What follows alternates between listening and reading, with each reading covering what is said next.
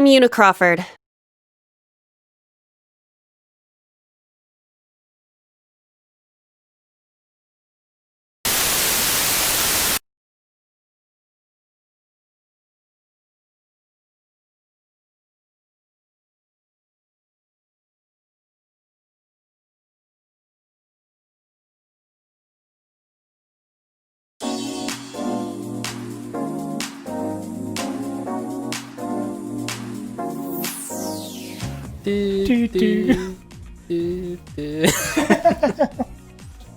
I think it went the exact same way last time, didn't it?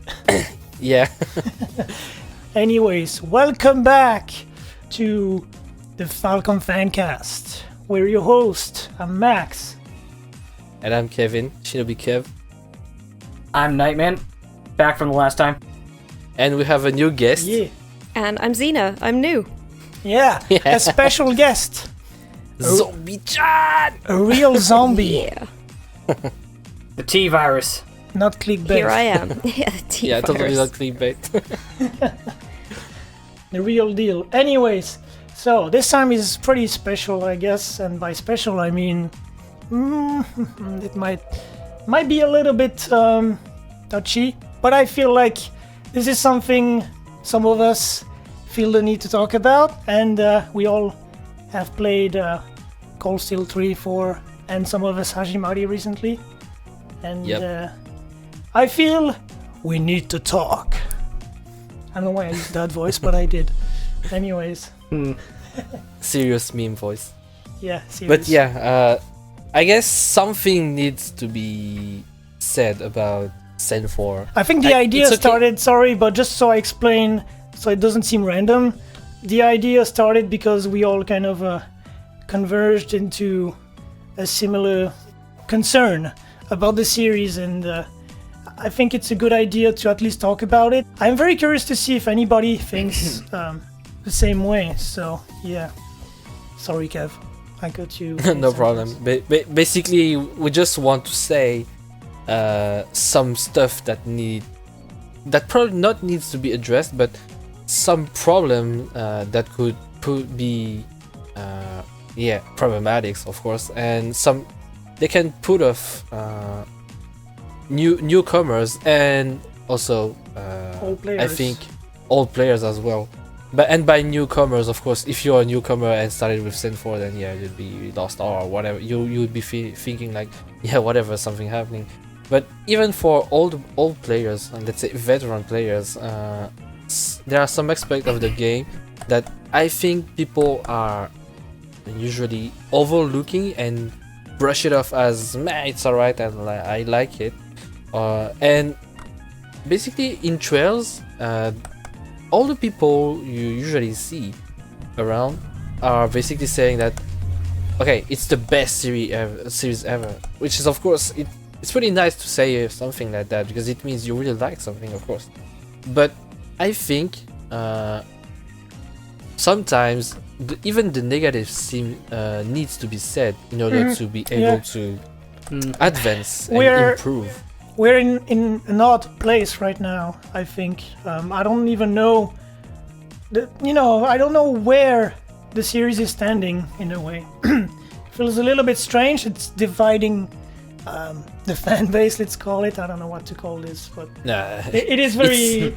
I don't know. Sen 3 and 4 really divided the fan base. I don't know about you guys. They are really guys. divisive games. I don't know about you guys, but I mean, for me, I started to play these games. I think I found out about Falcom around 2010, 2009. I found out about East, East 1 and 2, and blah, blah, blah. I love the music, and I discovered the Trail series, and I don't know, like, it feels like the fanbase back then was really radically different from what it is now, in terms of like how people feel, and it used to be much more united, let's say, and now it's completely like made of very different crowds, and I think there's a reason for that.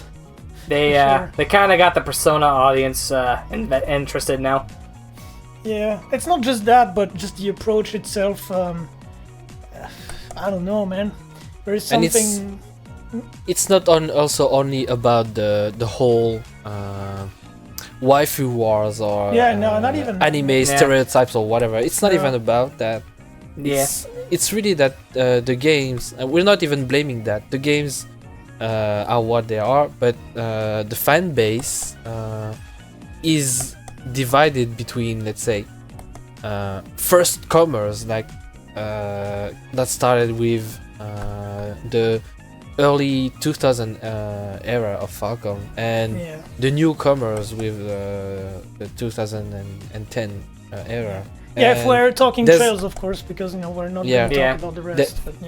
There's a rift among, let's say, the fan base, because like I usually say, the fan base is super mixed about Sen, but for the other series, they all agree about something. Like for Sky, they all say, okay, they are cool games, but they can be a little boring at times. Yeah. And everyone says that. Everyone agrees on that. Like there's no really anybody that would come and say, no, you're wrong. The games are great. They have great pacing. I don't see what shit you're talking about, But in Sen, there are extreme opinions. Yeah, it's very between the extreme, it becomes more. It becomes harder to see, let's say, the truth behind which extreme is right, or should I make my own truth. This is a natural result from Falcom's lack of. I don't know how I would describe this, but to me it feels like they don't know how to handle things anymore. They don't know where the series needs to go, in which direction they want it to go even. Don't you feel the same way? I don't know, maybe it's just me, but it feels like, they try to be, to have the cake and eat it too, and then, just make things... the focus is not the same. It shifted. That's what I feel. The focus is not about what it used to be, to me anyways. Yeah, I got the condensed experience because I only started playing with Cold Steel 1. That was when I found it. So I played the first 2. Then I went and played Trails in the Sky, all 3 of them, in the wait for the 3rd Cold Steel. And if you experience Trails in the Sky and the first 2 Trails of Cold Steel, and you do it back to back pretty quickly, it does feel like the ideas that they came up with kind of ran away with them. So by the end of Cold Steel 4, I'm like, I don't even understand where we're going with this anymore. Like, what? I thought we were world building and we had intricate politics and all of this, and it's all just kind of... The whole concept ran away with them. And what's funny about this is, I remember reading this recently in a Kondo interview about the following, like the next game, Kuro no Kiseki. He said that for Erebonia, so Trails of Cold Steel, everything was pretty much thought out from the start. Like they knew where to go, supposedly. So I cannot imagine what it's going to be now that he says they have no idea where to go. And, because they're starting from scratch now. And I don't feel like they knew. To me, it really doesn't feel like it. Because when you look at Trails in the Sky and how they were selling Erebonia, and then you get to Erebonia, it's like, something is not really adding up, in my opinion anyways. Basically in Trails in the Sky, they were selling Erebonia like this super strict country with that's was slowly getting super militarized and you know what this reminds me of? What Germany would have been if they won the war. Kind of the kind of idea of like this big empire. You know what I mean? Like basically playing some kind of Wolfenstein. Yeah, but that's what they wanted. That's what the Germans wanted. They wanted to have this like massive Germanic empire and whatever. And that's really, they were portrayed as this like really dangerous, like evil nation. And then it's like, and then when you're playing send games, it's like everyone okay, is nice and they're actual nobody's a baddie there. But let's not go there just friends. yet, because I kind of want to talk about to bring this up. Let's say from the start, where I feel it started to change, because it's really when you go from Cold Steel 2 to Cold Steel 3 that things, because Cold Steel 3 is fine, but you start to see that something is going wrong. That's what if you pay attention, you can see that the game is leading to something. Something not too. It doesn't really match. Let's say. And before we do so, we have to do some kind of disclaimer that before we do that, like we don't want people to we don't want to influence people into who's right, who's wrong.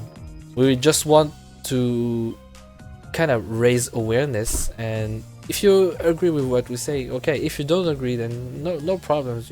You think what you want, but what we're saying are just concerns and a matter of how we perceived the games.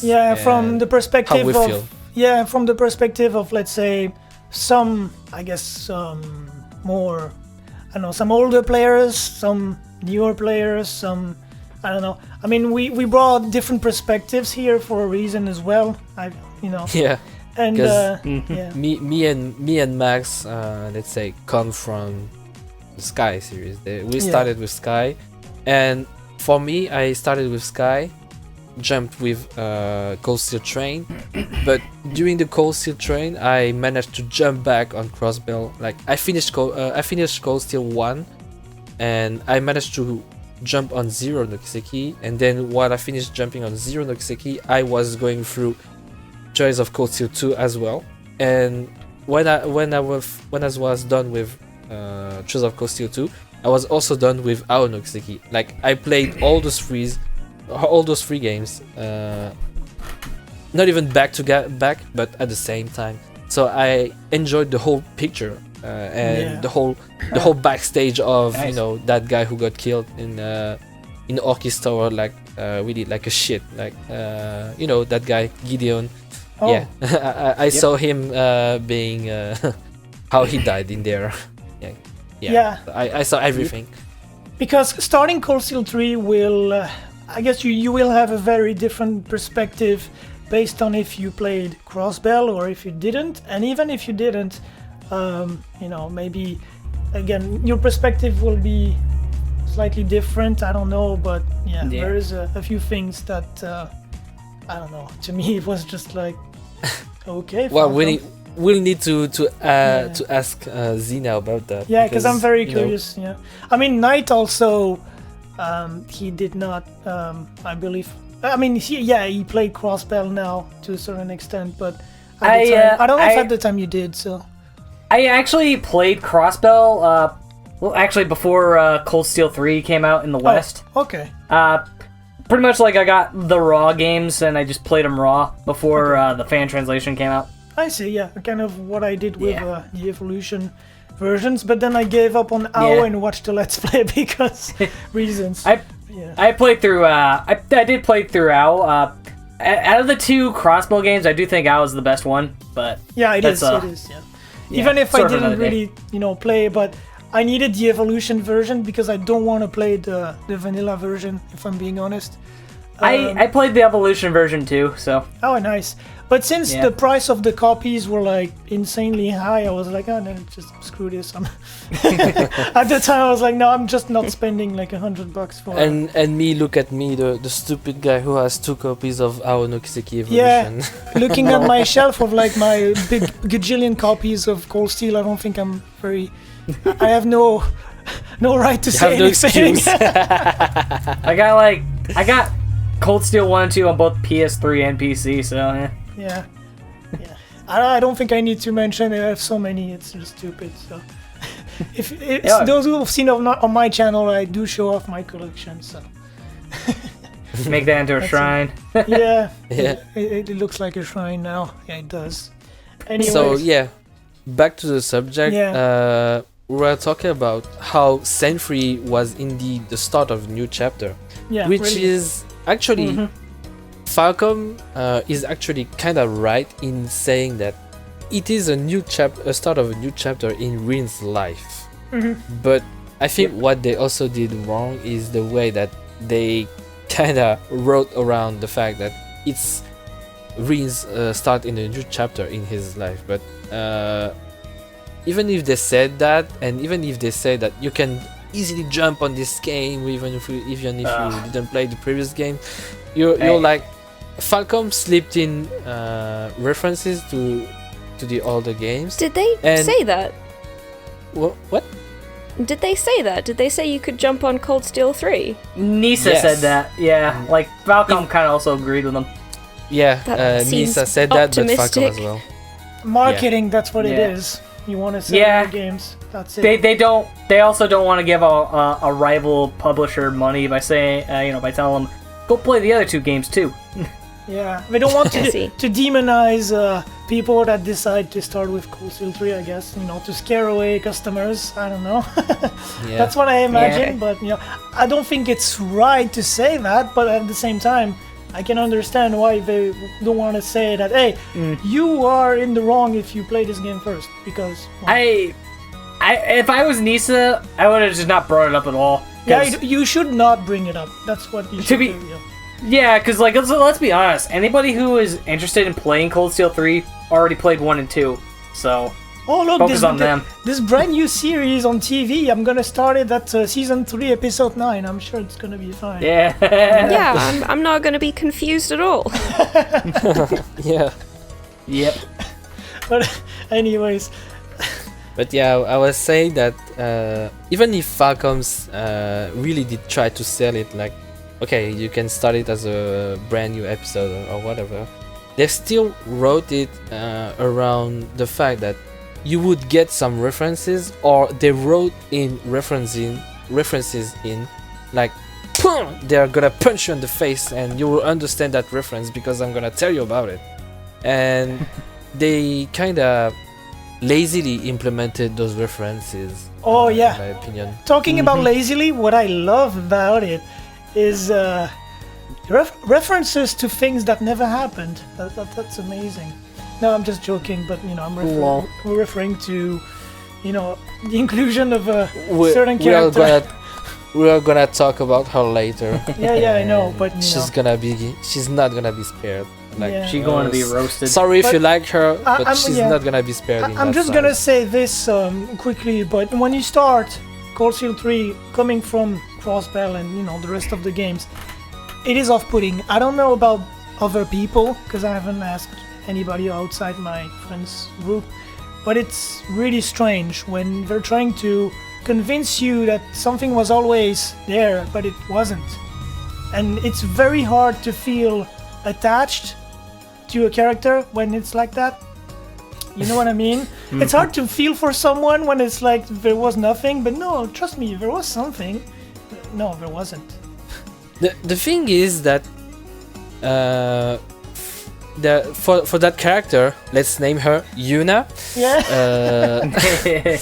The problem with that character is that Falcom wrote her as if she was always been there, and okay, this can be okay, but they made it her like as if she was always been there, but she is omniscient of everything that happened. Yeah, like, she knows everything. Yeah. yeah, like as if she was there. Like, she knows some details that if you weren't there, you wouldn't know. She basically Falcom put her as an easy way or a lazy way to implement those things without having to explain them too much. Yeah. How Like, should we okay, represent Crossbell but without being too hard, I guess? Like, let's just do Yeah, this but lazily. Yeah. The problem is that they went hard in her character because like I said, she knows everything that happened in the previous game, like as if she was there, and It's way too she- stretched. Way too stretched. she is being intrusive. Like the thing is that if she was always there, okay, I would believe that, but I would like it if she wasn't that intrusive in saying the fact that, okay, I was in there, but believe me, I was there. Like, thing is that they how should I put it? Falcom put an emphasis too much on legitimating her, her presence. Legitimizing her, I guess, whatever. But it's way too hard on. I mean, we'll get to that later, but it is very off-putting when you come, to me at least, when you come from the previous games, and it's like really just no, it's too much. At least if it was slightly less obnoxious and like, you know, if she was a random NPC somewhere before, you know, that heard about things like, you know, oh yeah, and, you know, I heard about the SSS, it's cool, whatever. But like, they made it like she was like a main part of everything. Of the gang. She knows everything. Yeah. She's like, yeah. Oh my god. As if she was actually friends with the SSS when she never appeared in those games. It's too much. You know what I mean? It's just too much. But anyway, I don't want to get too much into this right now.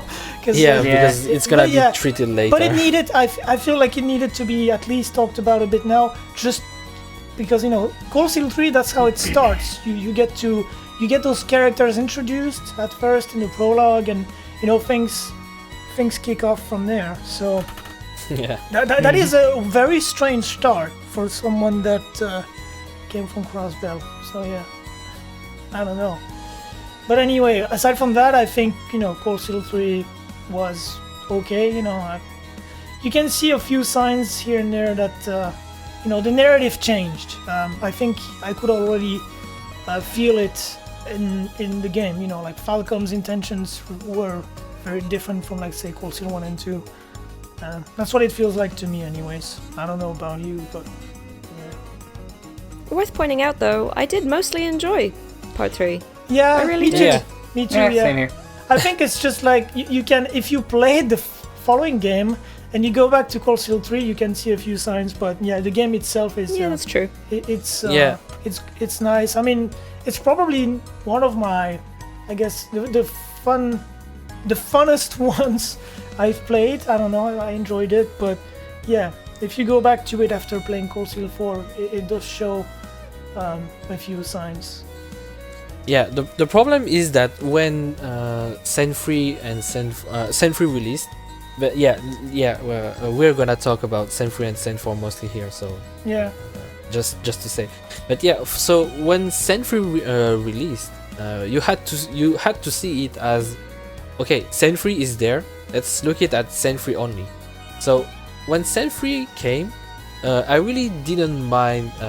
Okay, we have a new crossbow and she didn't existed before, and apparently she knows the SSS. Yeah. But she wasn't sold as a super fangirl of an SSS. Yeah, she was after a sold while. as someone who knows her. Yeah. The SSS, and then you had Kerr that have been announced. Randomly, a new vendor appears. Musei, I'm like, okay, new character from the Nobles. I'm okay with that. Ash, okay, a guy from Erebonia's side we didn't see yet. Okay, I'm okay with that. And Altina is a recurring character, so I was like, okay, so they brought her, they found some kind of BS reason to include her, but okay, let's go past it.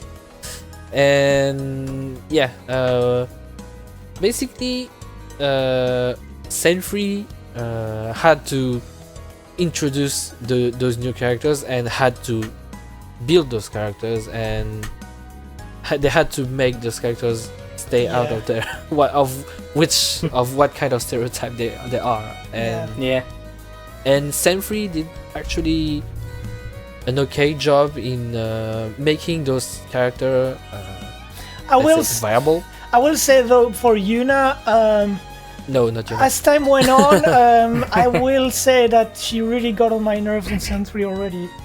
Really. Nowhere near as a certain someone that legit rage quit the series because of Yuna. equals to clear. Yeah. I think that like the trophy goes to that guy. Like that, this is amazing. Yeah. No, I wouldn't go that far, but you know, it did go to, you know, proportions that, yeah, I wasn't very fond of, you know, already.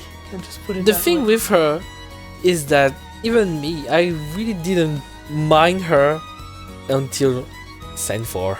The real problem, Sen 4. Yeah, yeah. I was okay with everyone in Sen 4, in Sen 3, but Sen 4, when I finished Sen 4, I was like, okay, Sen 4 just destroyed what Sen 3 did. Yeah, because like, Sen 3 builds up it's- something. I mean, sure, there's a few issues, at least for me, that I mentioned, but you know, nothing really breaking. But then you get to Sen 4 and it's like, what the hell happened? That's how I felt. Like, you know, am I fever? Do I have a fever dream? Like, did I take drugs or something? Like, am I on drugs? Yeah. Yeah. Shenanigans. Sen 2, coming from Sen 2, you only thought that, okay, in the War of the Lions, you seem to think that, okay, Dracos brought that knight, and he fought another knight, which was the Vermilion Knight, and basically you come in, you kind of come in Sen 3 with the idea of the knights are kind of a scarce resource. Like, it's not like everyone has a knight, you know. But in Sen 3, it does a great job in showing and displaying the incoming knights. Like, you fought Ordine, Valimar, and Vermilion Knight were the only ones, but you know, the War of the Lions was more than 3 knights. It's actually a circle of knights, and I think Sen 3 did a good job in exploring the odd knights. Yeah. And I think I think Sen 3 is globally okay. My problems with Sen 3 are mostly when everything goes to shit in the end of chapter 4. Oh. And Yeah. to some extent starting chapter 3, like when Reen kind of has an interest on Muse and Ash, that's where it started to be a little weirder, because the games were trying to make to build the characters as characters, and they were trying to build the characters outside their stereotypes, which they kind of did, except for Kurt, because you know, that guy, there's nothing much that guy. Yeah, really. Kurt was just boring.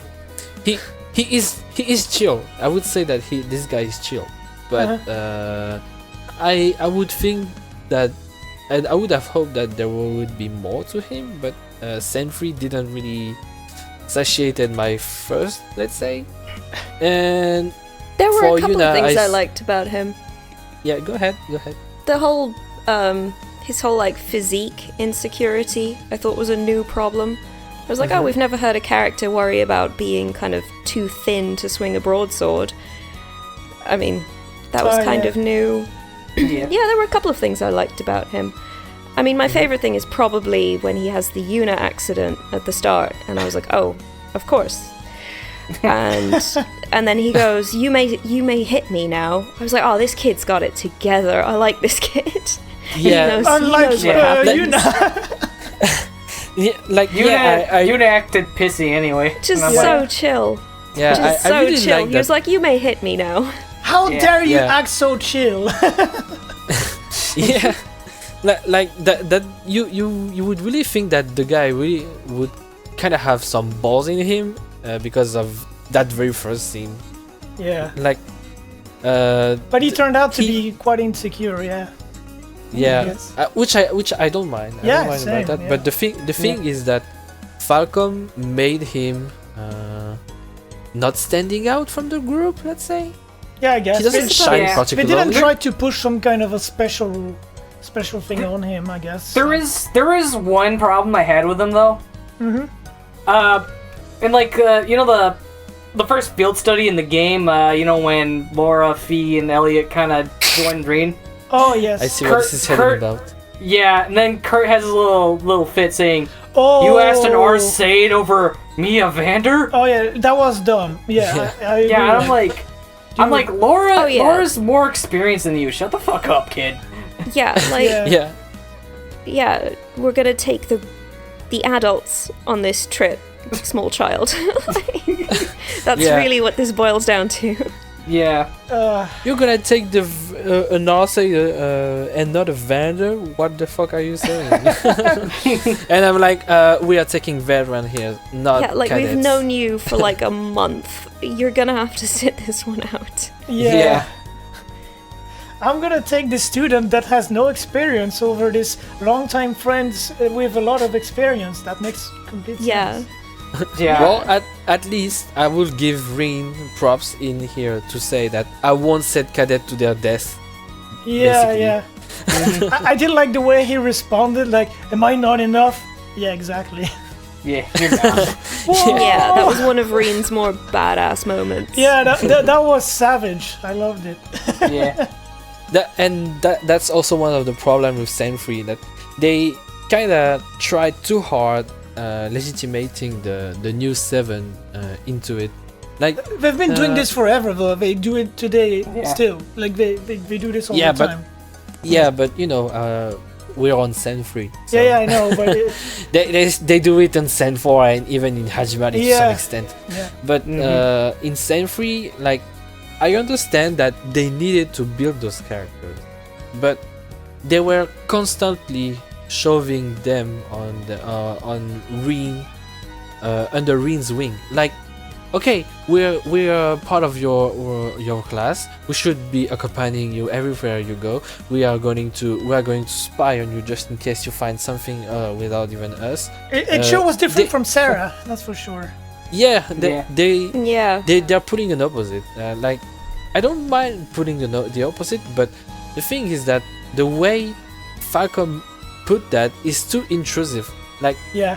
why can't he act without them? Like, they're it's like a kid saying that, you didn't bring me to the park. You mean how it's Falcom kind- forcing it's kind of them like that. is- Yeah. Yeah. A friend of mine had a really hilarious miniature breakdown when they broke into the casino to follow him Oh. while he was out with Claire and Sarah. She lost her shit. It was hilarious. She was like, "What is this behavior? They broke into a casino. We could have just been having a nice evening with these ladies. That could be it. What did they think they were gonna find? Did they think they were gonna find him in like a bear's mouth? He's fine." She was like, "This would be like if Harry Potter was just about Harry, Ron, and Hermione chasing Dumbledore around." Yeah, but basically that. That's almost my opinion Oh, yeah, on true. them on these scenes, because I think New 7 was put in a too intrusive way, which Yeah. okay, I understand. I really understand that the fact you really need to build them, you really need to put them in the game, you really need to make them shine in the game, but really, did you really need them at that moment? Like, Do you know what I think it is? Yeah. I think they just needed to fast forward the familiarity to the point where they felt as familiar as old Class 7. Yeah, that's what they tried to do. And that's for really sure. it, yeah. Mm-hmm. yeah, Al- maybe Also, it is. the Japanese typical, like, once you're like 18, you're basically retired and old, and you belong in the tomb. So, yeah, it's all up to the new generation of 16 or 17 years old, and then the cycle continues.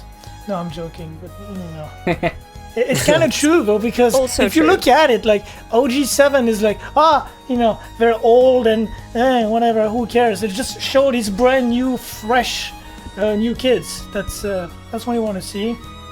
Yeah, that's what it feels like a lot. Yeah. Old Class 7 are like 20 years old now. Oh my it's God, time for them 20. to take a back seat. You know what was hilarious is Sharon, there is a moment in Cold Steel 3, I don't know if you guys saw it, probably, but there is like a side quest in chapter 4, I think. Well, I know before exactly you go, what you're talking about. yeah, and Ash is like, oh, you bunch of old boomers or something, whatever. Like, you're so old. And Sharon is like, oh my god, I'm 25. I'm approaching death so fast. You're right. Like, just mocking him. Like, yeah, just, yeah, dude. It's so funny. I forgot exactly how she said it, but it was great. It was really great. Yeah, she just said like it that. death is Oh swiftly my, but I'm approaching." only 25. Like, oh, you're right. I'm so old. I'm turning 25. Yeah. I'm gonna die soon. Yeah. I think it was something like death is swiftly approaching. Oh, yeah, right. Yeah, that's what it was. Yeah, that was so funny. And But poor yeah, Sarah. That's the Poor Sarah. that's the kind of problem nowadays with it's not only a Cold Steel problem. It's like Yeah, a lot it's of overall, yeah. JRPG are But mixing in the young profile. You know. you would think that Falcom would know better, because they've been known for appealing to like an older audience because of not having all that bullshit that you see in anime all the time. And then they just proceed to do the exact same thing and do the same bullshit because, I don't know, they need to attract new, younger players now. They needed to attract fresh blood, after all. I'm not even joking though, because if you look back, I said this before to you guys, but Kondo did say that. Like when Tokyo Xanadu came out in 2015 in Japan, there was an interview I read. I'm sorry, I forgot. I forgot on which website, but he did say like, oh yeah, we got new writers and like a new team of younger people to try to write something to attract a younger audience, because we noticed that the average age of the Falcom customer is like 40 years old. Yeah. And so he was like, you know, we're trying to get like teenagers into the whole thing. And Yeah. yeah. You know what's funny about that? Mhm. They say now that with Kuro no Kiseki, the cast is gonna, like, the main character and like the rest of the cast, they're gonna be adults, like 25 at most. Yeah, but I think maybe they got it backfired on them or something, and like, oh, Yeah. stop with that pussy ass game. You just give us something for grown ass people, please, or whatever. And they're Yeah. like, okay. Grown-ass man! Though I'll be honest, I don't really trust anything he said regarding that. So I'm waiting. I'll Yeah, see what happens, because when he said like, oh yeah, it's gonna be for adults, it's gonna be mature, it's gonna be dark, and I'm like, yeah, sure. It's gonna be darker. He didn't say it's No, it's gonna be dark. I'm pushing it's the gonna be joke, of darker. course. I'm being a bit Yeah. over dramatic, but you know, Yeah. you know what I mean. Like, it's Kuro because it's black and it's edgy. And no, I'm joking. You know, I kind of wish they had a game called Shiro now, because then there'd be a Fate Stay Night joke. Oh, okay. I see. Lala. But anyway, Dark one, getting Dark carried you. away. But Yeah. yeah, at the end of the third game, I guess we can transition to the fourth game now. There's something I want to mention Device before one, yeah? transitioning to Oh, fourth yeah, game. sure, go ahead. Is and it's that Ash and Muse again sudden importance to the plot. Like Oh yeah. Muse and especially in Sen 4, she has it all in she has everything wrapped up, and suddenly Ash is being the special snowflake too convenient Yeah. at the end of Sen 3, you know, that sacrificial lamb that will help Yeah, I releasing the curse in the world. And I think I kind of have a problem with that, because that brings the problem of Ash's origin, which you know- is a harmless survivor. Yeah, you know, you speak about you talk about this, and this reminds me of a worry I had, and I just remembered. I don't want to see the series continue to evolve and keep on modifying the past all the time and add things and like, oh yeah, you didn't see this, but actually this happened as well. And like every time, because they have no idea how to build like such a huge, you know, series all at once. So I understand that it's not easy to always be, you know, to have everything Thoughtful. fall into Yeah. place and thought just, you know, just right. But could you imagine like doing this all the time? Like, oh yeah, this character actually was there, but you didn't see him, and this one, yeah, and it's getting kind of annoying, it's not very. It's lazy. Basically, can I believe what I just saw? It's that syndrome. Can I believe what I just what I just noticed? Can I believe you when I see that? Because maybe years later you will tell me that what you saw was just an illusion. I think it's that kind of feeling that you're talking about. Like, can I believe what I just saw in the previous games? If you are just gonna say that what you saw was not the whole picture. Yeah. Especially since Falcom is hiding so many things behind, even because the gameplay is just apparently like a part of, like, even maybe a small part of like what's actually going on. If you look at everything that's hinted on the side, it's like there is much more to it apparently, and you don't get to see everything. So then they're like, oh, we can just add things here and there, when in the next game it's gonna be fine. And I don't know. Basically, in the whole Sen series in general, it's a problem in all the Sen series games. Yeah. Is that a lot of things outside the gameplay is implied to happen. Oh yeah, like, that's annoying. Like characters' relationships. Mostly character relationships. Really. Yeah. Like suddenly those people are hanging out, and did I see why they suddenly took interest to each other? Yeah, Like, that's weird. no? Yeah, sometimes you see stuff. And like suddenly that. you see stuff like that, indeed, yeah. And even in Senfree, like Yuna and Altina's let's say friendship is very much implied behind the scene. Like suddenly you have if you remember in Senfree, you have Yuna sleeping with Altina, like, oh yeah, I'm having my little sister with me, I'm gonna sleep with her. And like outside of something I'm imagining, when did I see you bonding together, let's say? To be fair, I'll take it at this point, because that was more than we ever got from old Class 7. Yeah. I will take it. It is an that's- improvement. True. That's the thing, yeah. Yeah. So aside I'm... from Markias and Eustace, they're constantly like fighting, and Aside from Marcius and Eustace, yeah. yeah. Yeah, that's I mean, true. there are a couple Laura of and Fee, I moments here guess. and there. Laura and Fee, or even the fact that, Emma was teaching Fee maths. Yeah. There are a couple of moments, but we never got kind of nicknames or hugs or, like, come on, Ali, we're leaving. Yeah, it We was never got very any much, of that with old Class very 7. much everything around Rain for G7. Yeah, it's all and about- that could just be the fact that the fourth game had a more manageable main cast. It was a more manageable number.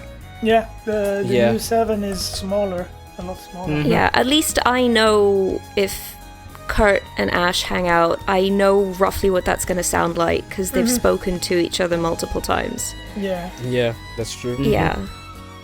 yeah, very true. That's the problem. It's like Senfree tried to do with U7 what they couldn't With what they couldn't OG7. do what they couldn't do further with OG7 indeed.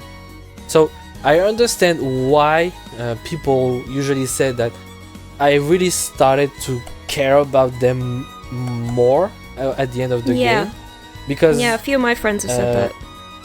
yeah, because that's kind of what the game did. They really did show in a good way, let's say, Yeah. that they were forging a relationship. Yeah, the even setup if- also was pretty ideal for that.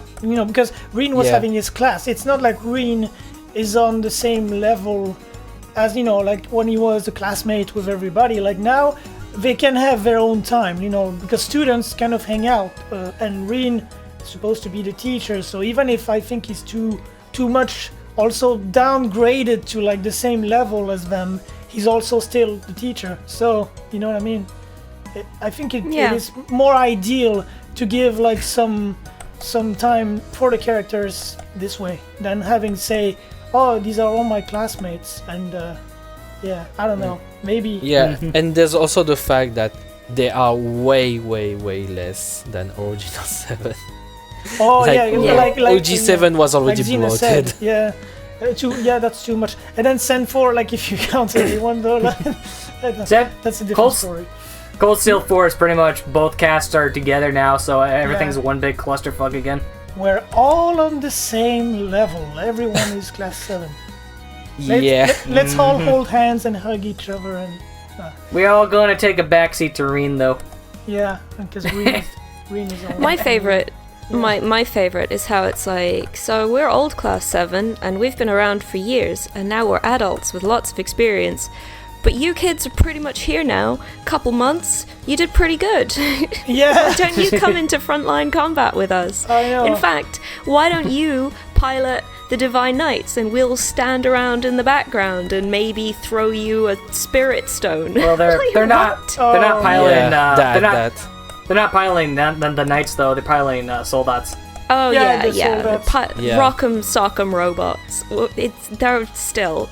Yeah. And also OG7 had people way more than capable of manipulating those machines. I'm pretty sure like they could have done it. It's just again they want to push New 7 as these like very capable kids, and that's what happens, I guess. I hate it though. I really hate that. It's like when you start the game. I hate how they try to push New 7 as if, hey, I know you guys have been with Rin for much longer, but we know him better than you, pretty much, kind of deal. I hate that so much. That You annoyed know, me. Basically, Yuna's first line in the game. Oh my god. That kind of made Yuna look like an ass. If I'm Yeah. being honest. I mean, she does look like an ass all the time, but yeah. Yeah. I'm joking, Are we sorry. talking about when I just Rin like was picking missing? on her. What? Yeah. Sorry. When Reen was missing, is that what we're talking about? Yeah, because Yeah. I've At the beginning of never- Sin 4. oh my been god, so that annoyed. moment, that moment, I was fuming. I was like, what the fuck? It's like shitting. Like Falcom was like shitting all over OG7 just so they could make New 7 look good. Like, yeah, we're the good guys. We're gonna, we're gonna do things now. We're gonna take charge. And meanwhile, like all the rest was like, whatever. We don't know what to do. Like wet noodles. I mean, that was simultaneously really irritating and also hilarious. It is Because I honestly thought, I was like, alright, Reen is gone. Let's all shine. Let's show the power of Class 7. And they all just found a corner to stand in. Like, I don't know what they were doing. They were just stood around the village. Like, well, Yeah. I guess that's it. You're like, what are you... Come on, guys. Yeah. Yeah. So when Yuna was like, what is wrong with you? How about we go find Reen? And they were all like, that's a great idea. I started to give up on old Class 7. I was like, do you know what? Whether I like it or not, this is how they are. They just, without Reen, they don't even know where their shoes are. It's just I know. ridiculous. Yeah. stare in disbelief. Yeah. The way. It all took Like a living star. it all took this fucking girl that they barely know to get going. Yeah. Yeah. Yeah, even me Yeah. and that saying, I was like, thanks, Captain Obvious. Yeah. Just so Yuna could have that line because she is protagonist material. She's the one taking charge, guys. So she has to do it every time. It's like those thing like. is, I'm sorry. yeah, go ahead. I was about to say it's like when she always butts in the cutscenes and like, yeah, I disagree or something. Just like she has to say something. Or more like, she is totally the person. I totally picture her as a person like, yeah, take that bitch after you defeated her or whatever, Yeah. But really though, Or someone. that's irritating how they go about it. It's really, and then it's like Falcom. Oh yeah, she's like Estelle, and no, No. no, she's No. not. Estelle was actually good. Estelle was not- great. Yeah, she wasn't that intrusive as well. Yeah, she Yep. was not trying to butt in every like 5 words to say something. She was just, Yeah, like you in fact, there was a whole chapter in Sky's second chapter that was focused on Agate and Tita, and Estelle didn't butt in once. Yeah. Yeah. Because Yuna has this like pride, I really cannot stand this, but you can really see it's all about the pride and like I have to show off, you know, I gotta show off. And to me, that's very different from Estelle. Estelle was not like that. So when they compare Yuna to Estelle, I'm like, no, just don't. I mean, I know where they're trying to go with this, but no. Trying to call her a protagonist, but like, she's just a secondary character at best. It's so funny though, because I mean, Kondo even admitted that she's kind of, you know, a fail in a way. A little bit. A little bit, but you know, low key, like, yeah, I know, she's, yeah. Anyway, she did her best. Oh, that's so funny, though. Yeah, I understand that Sen 3 and Sen 4 tried to build Yuna as New 7, the New 7's class leader. Yeah. Like Rin was the leader in Sen 1 and 2. He was being made into leader. I understand that for the class, they needed to be a leader outside of the leading teacher. Because basically they were considered as a little squad by themselves. Yeah. So that little squad needed to have some kind of leader. Yeah. And I think, in my opinion, aside the fact that Yuna was actually acting like a little bitch, I do think, and I do think that in Sen 4, her lead during the first act was pretty okay. Like, It's after that I take issue personally. But yeah. I bought, let's say, I bought her leadership. I understood her leadership in that section. I was like, okay, so since basically people were following you, and since you were just trying to find your friends by your friends, I am okay that you are actually leading the thing pretty well. And I had no problem with Yuna in that section, and that okay, I may dislike her character, but I do think that she was good during the first act. Yeah, I remember Aside the being fact that she okay with acted it as bitchy. well. Yeah, like she did, like I just take it at it was the moment of the game when I wasn't pissed at her. Yeah, same. That's So the that's why only moment. so yeah. that's why it was okay, because I wasn't pissed at her. So Yeah, that's it's why it was after okay. that, like, once Rin gets back, you know, because aside from the issue I just talked about with you know, everyone being a wet noodle and you not having to step in, the rest was fine. And then Rin goes back, like he comes back, sorry, and yeah, that's where it starts to get a little. Yeah, that's little when overboard. that's when it becomes that's when Yuna becomes a problem, because there everyone is like there. We are talking about important shit. We are talking strategy. We are talking about basically what we are gonna do next, and suddenly Yuna pulls a fucking Hajimari. Like someone is talking and it's like she straight up cuts you. Like Rin was talking and like, I wanted them to do that. Okay. She gets those mandatory lines, you know, like those those templates, you know, like it's like there's a template for Yuna, and it's like, oh, let's take this line, like this works well, like you know, like it's all pre-made, and I don't know, it's so that generic line just so she can look good. How dare they? Or it's not even look good, but it's for Yuna, it's a matter of standing out. Yeah, she needs to stand out. Yeah. She needs to stand out. Falcom needs to make her stand out, and I'm like, why her? Why her? Like anyone could say what you just said. Why her? Yeah, and she kind of stopped being relevant once her time as the leader is done too. Yeah, she did. But that's where she started butting in, because That's she's not the problem. because she's not there. Yeah. She's not there anymore, so she needs to be there. So I'm like, hey, I'm photobombing shit. Yeah, Like the Hajimari picture. Yeah, that's crazy. But she doesn't know when to shut up. Yeah, I know. It's a joke at this point. You know, I was always joking about, like, I'm gonna do merch for my channel and I'm gonna sell Shut Up Yuna shirts. As a joke, because when I was watching Kevin play, or when I was playing myself, it's like she always had to just be a whiny bitch, and I was just always like, "Shut up, Yuna." And, not even a whiny bitch. She would just come here and be Captain Obvious. Like, and okay, Captain thanks, Obvious, yeah. Captain Obvious. Yeah, I know. It's like, Oh, man. thanks, no shit, Sherlock. We all know. Yeah. I still remember like when you fight Maria Bell near the end of the game. Oh, And then she's like, I have a score to settle with her, and I'm like, you never fought her.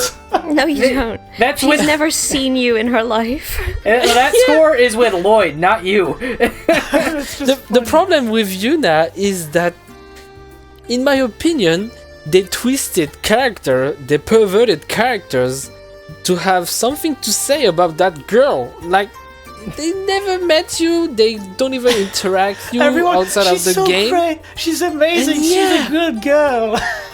Yeah, and even Maria Bell. Maria Bell is like that girl in the sphere, in the high sphere.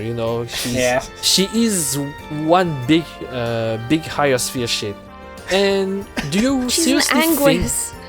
Yeah, and do you seriously think that an Anguis would just go and have some kind of interest to the, like, I would say, sorry, but the down populace, let's say?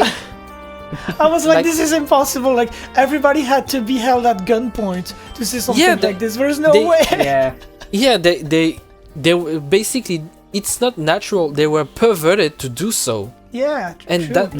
that's my problem. Just like they did with the bonding events, but that's a different story. Yeah, but I'm okay. I'm okay.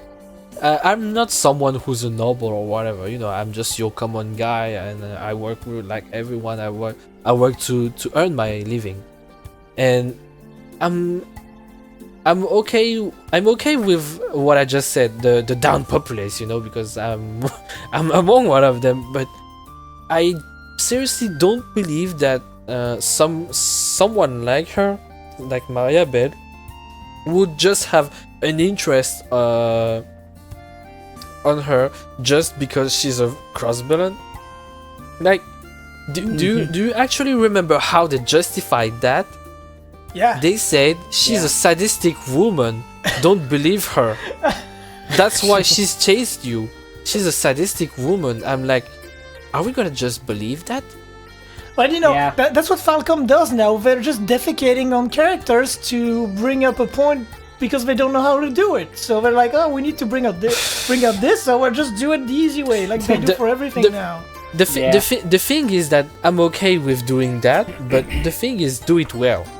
But that's what I'm saying. The problem, they don't do it well. They do it poorly, the thing is that it's not natural. Like, how does she suddenly knows about her, and why would she suddenly take interest in her in particular? Like, her eyes always have been on Ellie, and suddenly you have a pink hair girl from Crossbell, and then I have interest in her. Okay. She didn't act like she did, though. That's the funny thing. I feel sorry for Rie Tanaka there. Oh, yeah. I mean, she probably doesn't care, to be honest. Yeah, I know. She's just doing her job, but, I say you do love their characters, so you never know. Yeah, indeed. Yeah. Remember Rie Tanaka playing Genshin Impact? You know what I've seen? I know it's completely unrelated, but speaking of seiyus, when they announced like the season 2 for ReZero, I saw like Subaru's voice actor like legit cry on stage. I was like, holy shit, they take this shit seriously. He was crying for his character. I'm like, wait, really? Okay. So yeah, if I see something like this, then yeah, we probably do take this seriously. But anyways, yeah, they do take things seriously when you read about their interviews and shit like Coming back to this, I think it's just insulting to a lot of characters. I felt insulted when I play Cold Steel 4 a lot. Like, a lot. Just because of that one pinky girl. Oh my god, that was so insulting. Yeah. Like, it's like really, I don't know. That's... You know when I didn't have to bring her along, I just kept her on the ship? That's what I would do. I would do Yeah. everything I could to not bring her, but the game would be like, no, you gotta bring Yuna for this one. I'm like, no, please no. No. Especially, You will bring her with you, and you will like it. you know, it was especially irritating when she's forced in scenes that she has no business being in. Oh my god, yeah. Like why are we bringing her to She was there.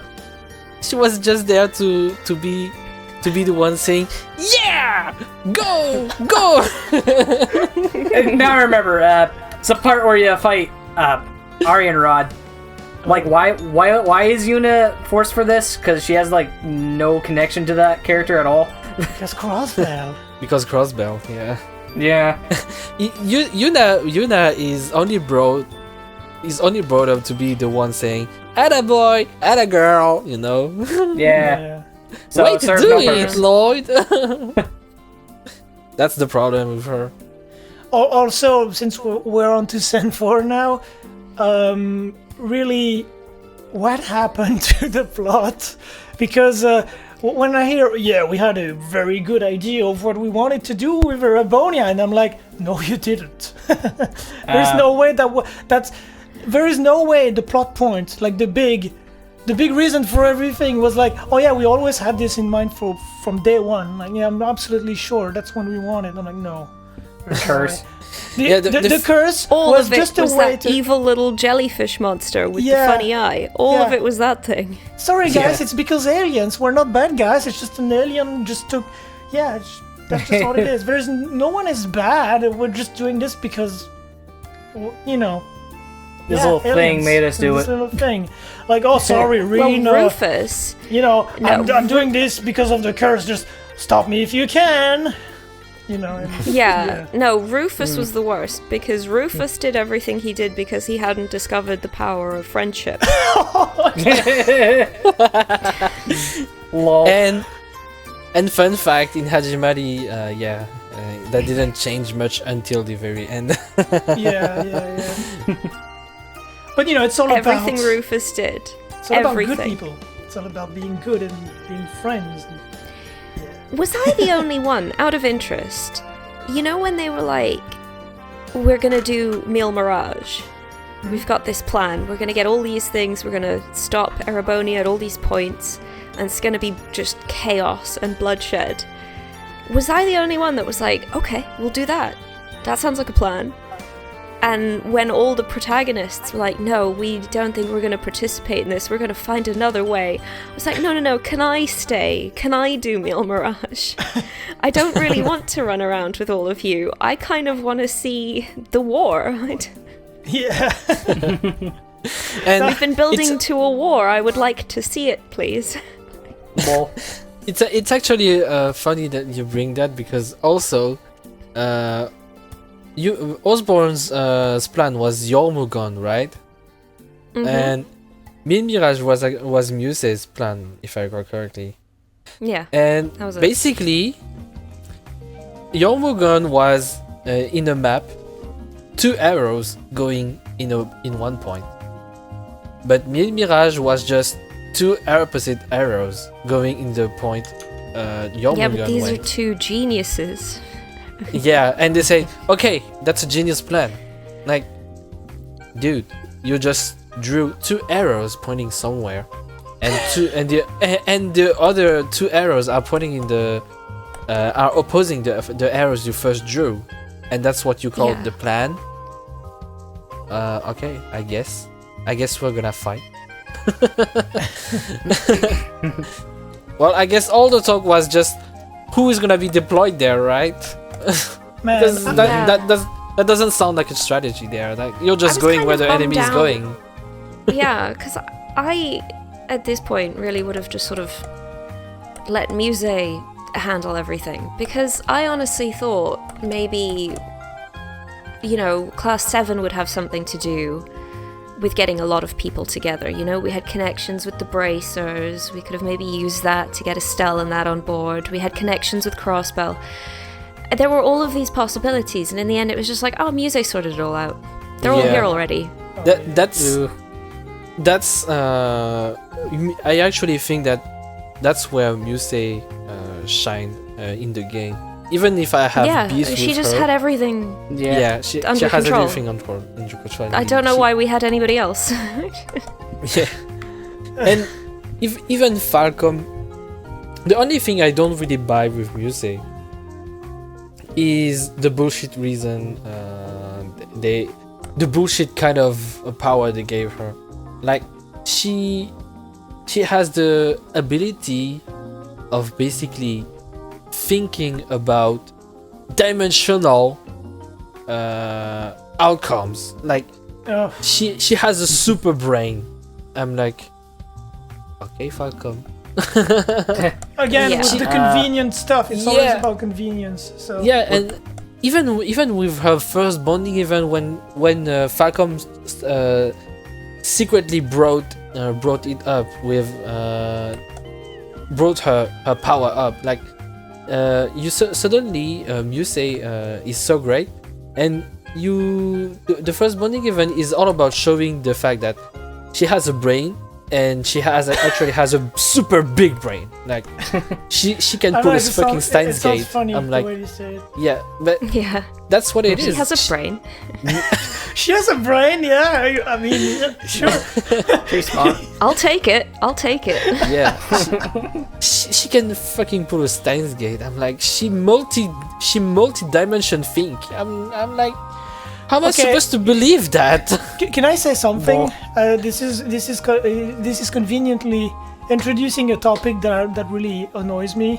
So I feel like we've come from a game that was like filled with politics and shit and like all this intricate world, and now it's all about supernatural bullshit, and like everything it's all about that. I don't know. For me, it's disappointing. Like, for example, it's all the curse. Like, at first you think it's all politics stuff, and it's about the countries and everything, and it's like, no, we're just doing this because of the curse, Yeah. kind of deal. Absolutely, 100%. Because to me, that's really annoying. Because when I went into this series at first, that's not really what I was, thinking about. That isn't what I signed up for. Yeah, really not. That's not what I signed up for exactly. That's the best way to describe this. And now I'm kind of annoyed because Falcom keeps on resorting to pulling that stuff out of their asses, like just to justify everything with magic. Shut up! It's magic, I guess. To counterbalance that, I will add that that, let's say, divine side of things always have been there since. Yeah, I know. I'm not saying Sky. I'm not criticizing the fact that there is magic and everything. I'm just saying that the balance between the two, like just it's not you know what balanced I mean? anymore. Yeah, there is no balance anymore. It's not Like we will all agree that the magic bullshit has always been there since. yeah, Sky. of course, yeah. But Yeah, of course. thing is with Erebonia, it's out of control. Like everything is supernatural. Yeah, that's what I mean, and it's really annoying. I'm disappointed. because here's the thing, like, I honestly, for the first 3 games, thought Osborn was a fantastic villain. I was like, this is an excellent, excellent villain. He's really smart, he makes sense. Everything that he's done, the way he like wiped out V's Jaeger Corps, that made sense once you found out what happened to his wife. Everything kind of made sense. And then it was like, well, it's actually just it's Schmelga did it. And you're like, but he's actually just a big sweetheart.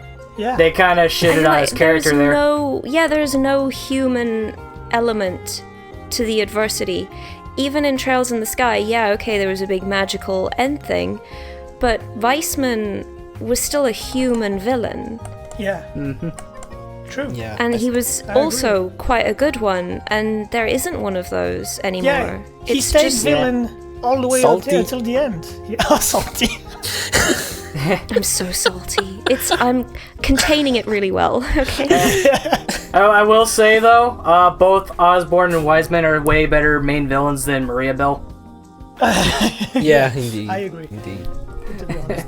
But Weissman, whatever it's pronounced, it's the way he died and everything. Also, I think it was way more. badass. That was so badass. Yeah, that was badass. Also. Now you see Osborn, it's just like, oh yeah, standard fight and take me out if you can. And, yeah. The very fact that it was Father Kevin who finished the job was the best thing about it. Yeah. Yeah. That was Falcom And used to be it was so ballsy, sudden. Yeah, it was so sudden. Like, everything is falling apart, and then it shifts to a cutscene. Like they're running away, and you see, nah, I'm fucking gonna stop you. Yeah, And- that was I'm the heretic He hunter. Yeah, he disappears, and whoosh, he vanishes Yeah. away like that was dust. badass. Yeah, that was I'm badass. like, wow. I was super Yes. surprised to see Kevin like that. Oh yeah. Me Oh too. my god, he's just straight up a pile of salt now. Yes, he just murdered the guy like just in a brutal Oh, way. yeah. Yeah, Just- he was like, at the end of the Best day, character. Father Kevin is the heretic hunter, and it was just great. You know what? Yeah. We need Kevin back. We need Kevin back. We do. We need Kevin You know, back. Falcom's gotta stop doing them dirty like they have been. Thanks, But- guys. I'm gonna put this on the, I'm gonna blame all this power of friendship bullshit because man, now since Osborn is, Reen's daddy, like he couldn't be a bad guy, There's no way like the daddy of our beloved Reen could be a bad guy, really. So yeah, let's just put everything on the curse. I don't know. It's This unfortunate. vague curse. It's that This curse, man. curse that is. The curse has Perhaps. become a meme. Yeah, and Yeah.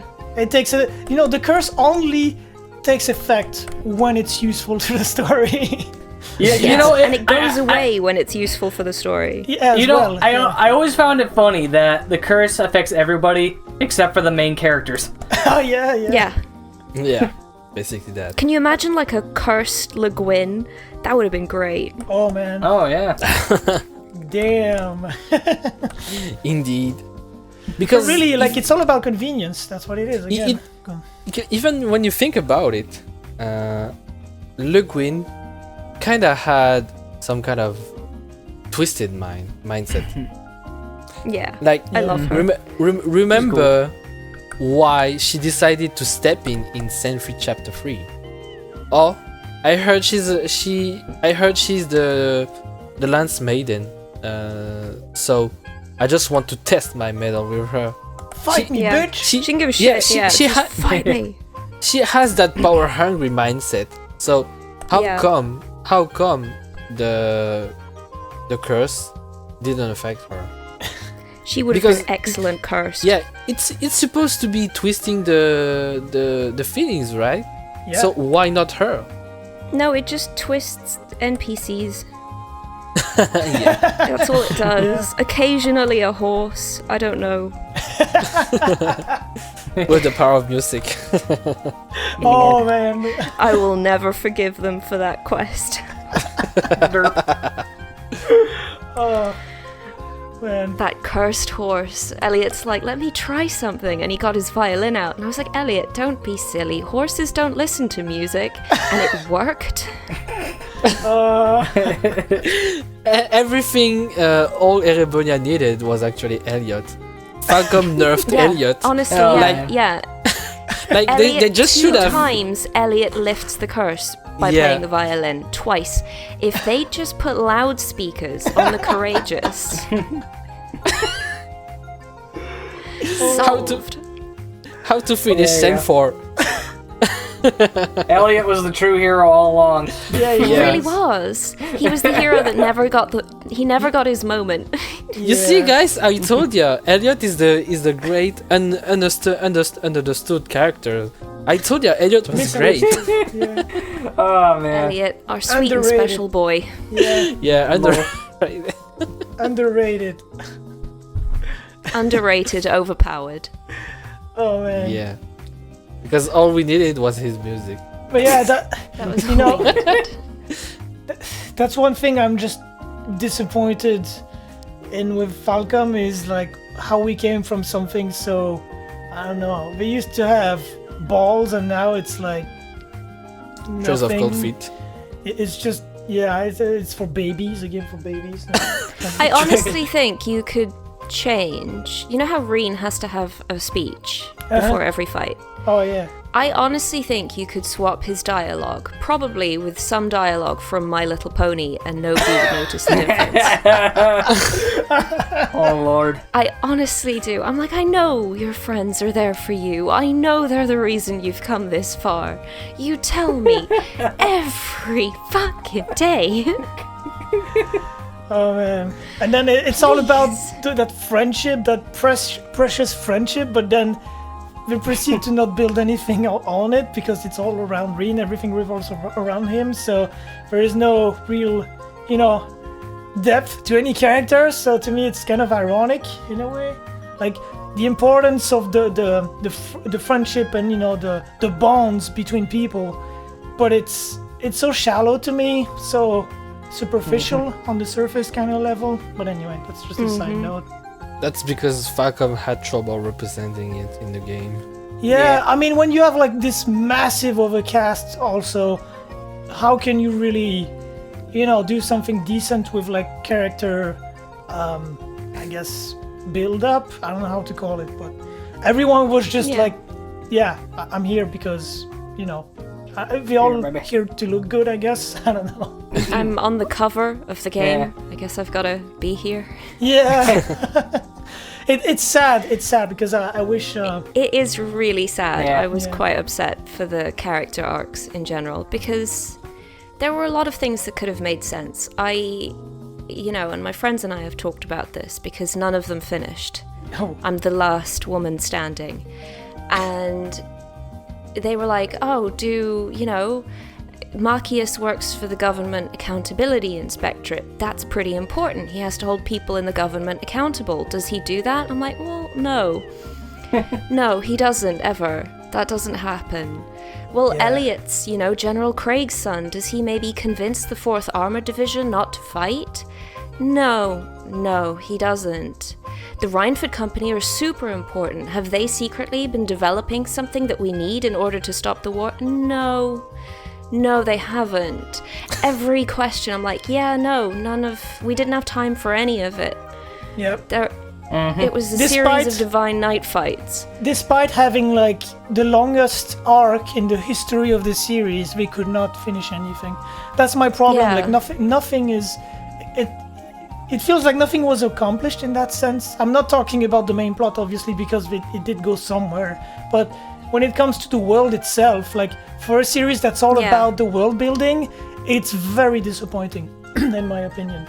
Again, if you look back on the Civil War, and I kind of was thinking it was maybe like an allegory for something like the French Revolution.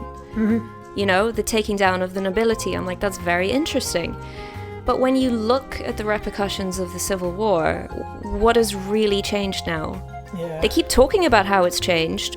There were no consequences in again, Erebonia. There were no consequences of anything. Going back when you think about everything feels like it's on a surface level just to look like it's great, but once you dig a little bit, there's nothing to it. You know what I mean? Yeah, no, nothing changed. Yeah, nothing changed. And it just aside from some economic laws that have been passed, the nobility is still there. I think because there's one NPC that says he has a smaller boat now, I think. Wow. Yeah. Oh. No. Oh, man. And basically, all it changed was just they didn't get rid of the nobility. That they just reduced its power. Like I mean, they're still. It's not like go ahead. Eustace had to move to like a condo somewhere. It doesn't feel like that much change. They're still holding the provincial council. Yep. They're still getting the next Duchess Cayenne. Just feels like business as usual. They tell us their power's diminished, sure, but I don't feel like for 4 games worth of plot, it doesn't feel like that much changed in Erebonia overall. If you think about it, it's also a problem of commitment. Falcom is afraid to go anywhere. It's like they're just focusing on let's have character interactions. People love that. We're gonna give them that with Reen and everyone, but just that one-way thing where it's all about Reen. People love that, and then give them the fan service and the rest. We'll do what we can. The problem with that is that without Reen, you wouldn't have anything without him. Yeah. You wouldn't see anything. That's the remove problem. Reen and there's nothing. Yeah, that's the problem. And I remember reading this somewhere. I forgot who said this, but it was someone prominent in the Falcom community. Let's say a veteran, like someone that has been playing for like decades. They did say also, like, if they focused less on this bullshit and actually like put this effort into the writing, maybe it wouldn't have been like this.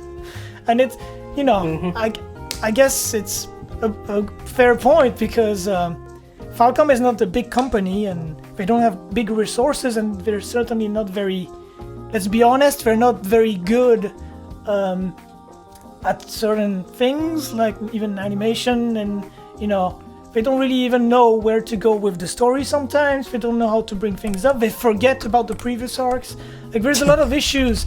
And I'm just thinking, like, if you paid more attention and was a little bit more meticulous about this stuff and cared less about, we have to give people the waifus, but then again, and other things, maybe it would have been better. I don't know. Reminder that Kondo had to go through the Crossbell games again in order because to focus shit, in Hajimari, because he forgot shit that actually happened in Crossbell games, and he was like, no wonder why Yuna was poorly implemented. Yeah, no wonder just Zen 4 forgot. was, no wonder Yuna was just like that. I had a Because he dream where forgot she Yuna was a thing. in there. Oh, sorry. Oops, my bad. Yeah. Nope. I mean, I don't blame the man for forgetting that. He's a human like anyone. But the problem is that Do your homework. I wouldn't put it like that, but Sorry I would have to just say put it. this, but no, let me just do a comparison, please. Like, it's like a long time band. Let's say like a band that has been playing for like 40 years. You have like this massive catalog of songs that you need to play, but you cannot play everything every show. So sometimes bands need to relearn songs from like 30 years ago because they forgot about it. It's fine, you can forget about things, but do your homework, Yeah, I see That's what I you mean. Yeah, that's what I mean. that's what I was about to bring as well. Oh, okay, yeah. But yeah, it's just if I make music comparisons, it's because that's basically my main thing.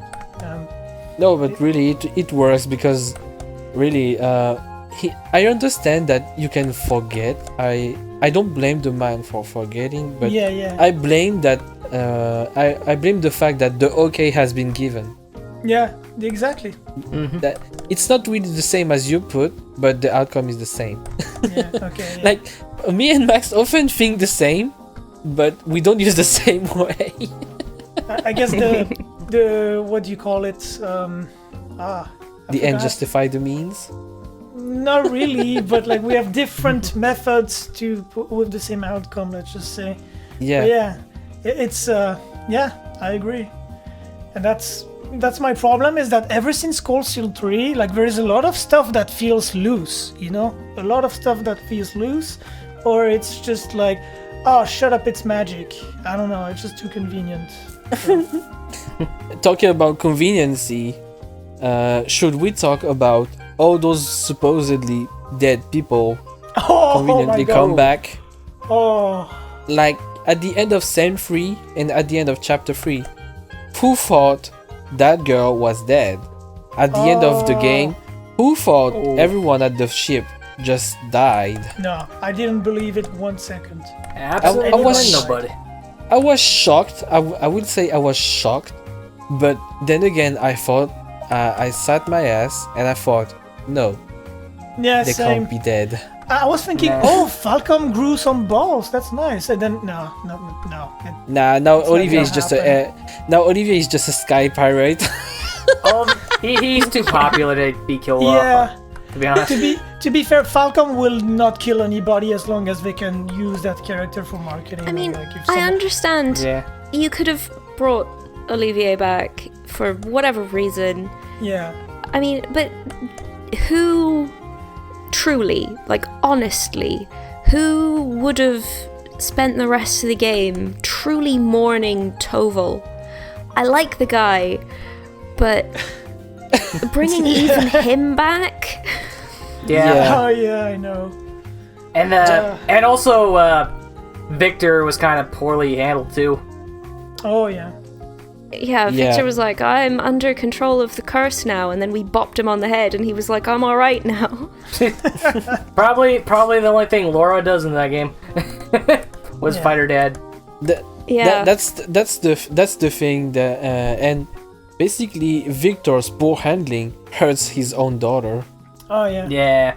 He's been poorly handled, and that repercutes in his daughter, because everything is all about her daughter, his daughter, moving past the fact that now she is the heiress of the Arcade school, and then her dad.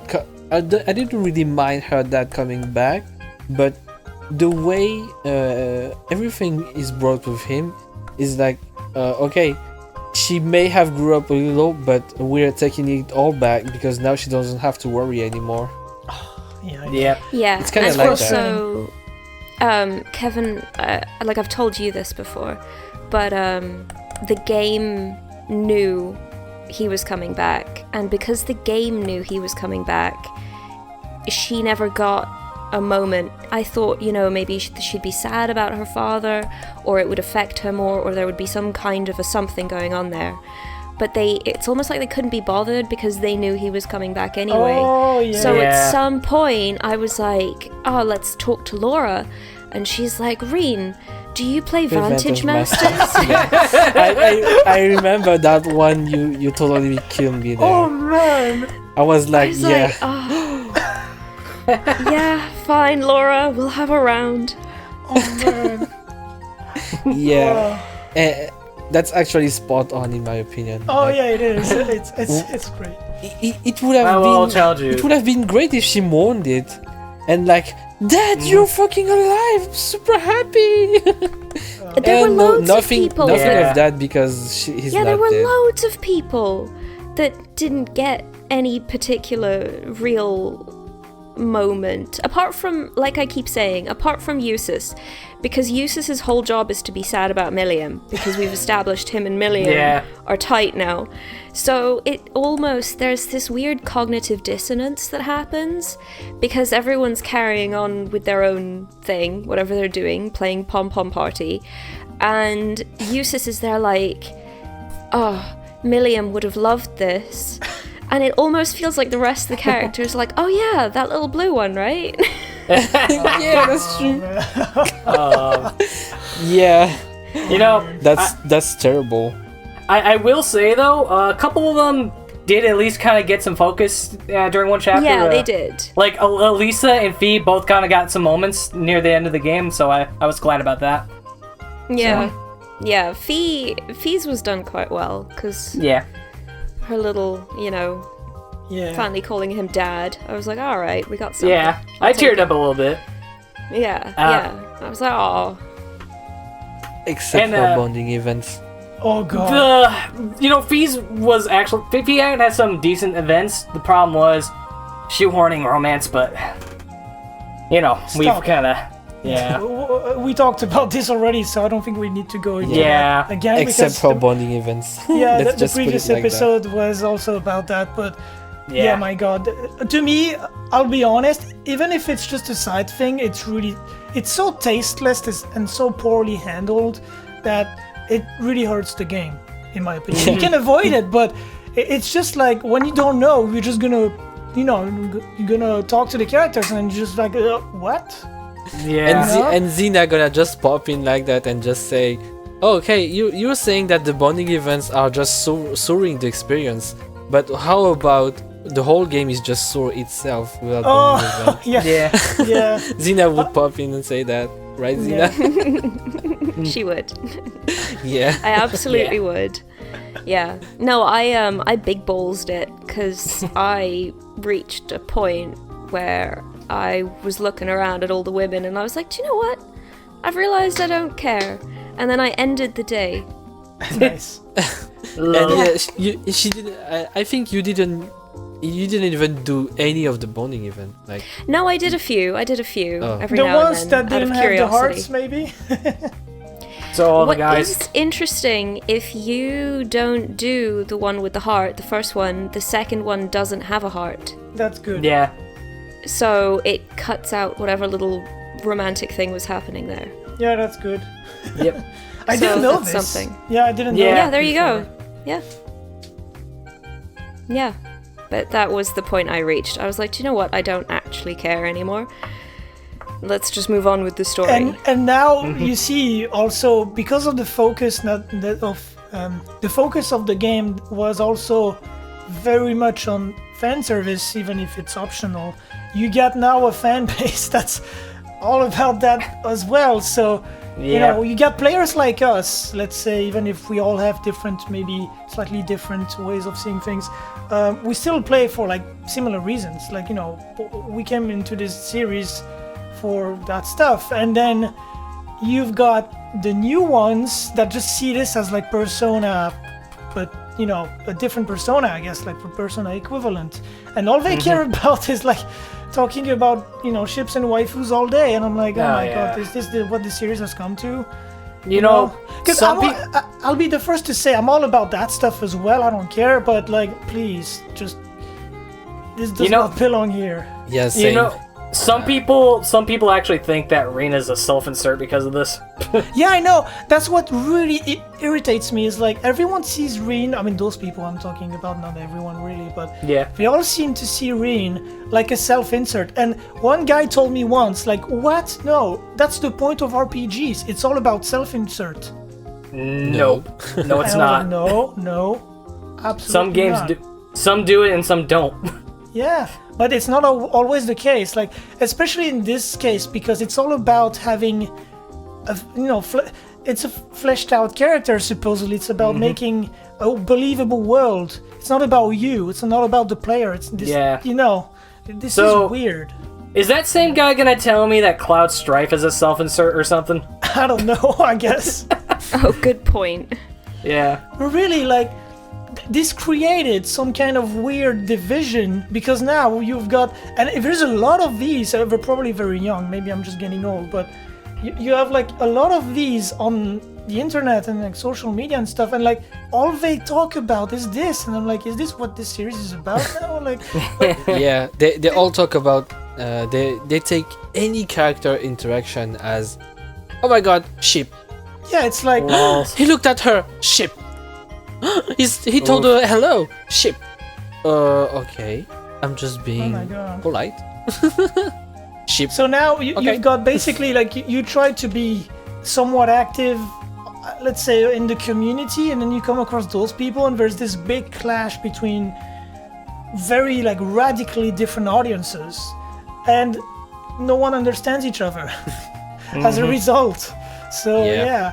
yeah, that's one thing I hate about all this, is like what it made this fan base become, I guess. Yeah, you know? Sen series are too divisive, you know. Yeah. It's crazy. mhm. Like, So- like nobody can agree, or a very, let's say, only groups of people can agree on on a certain opinion of the games, unlike previous games where Yeah. they like you usually said, all yeah. agree around many subjects in the Yeah, previous like you games. said.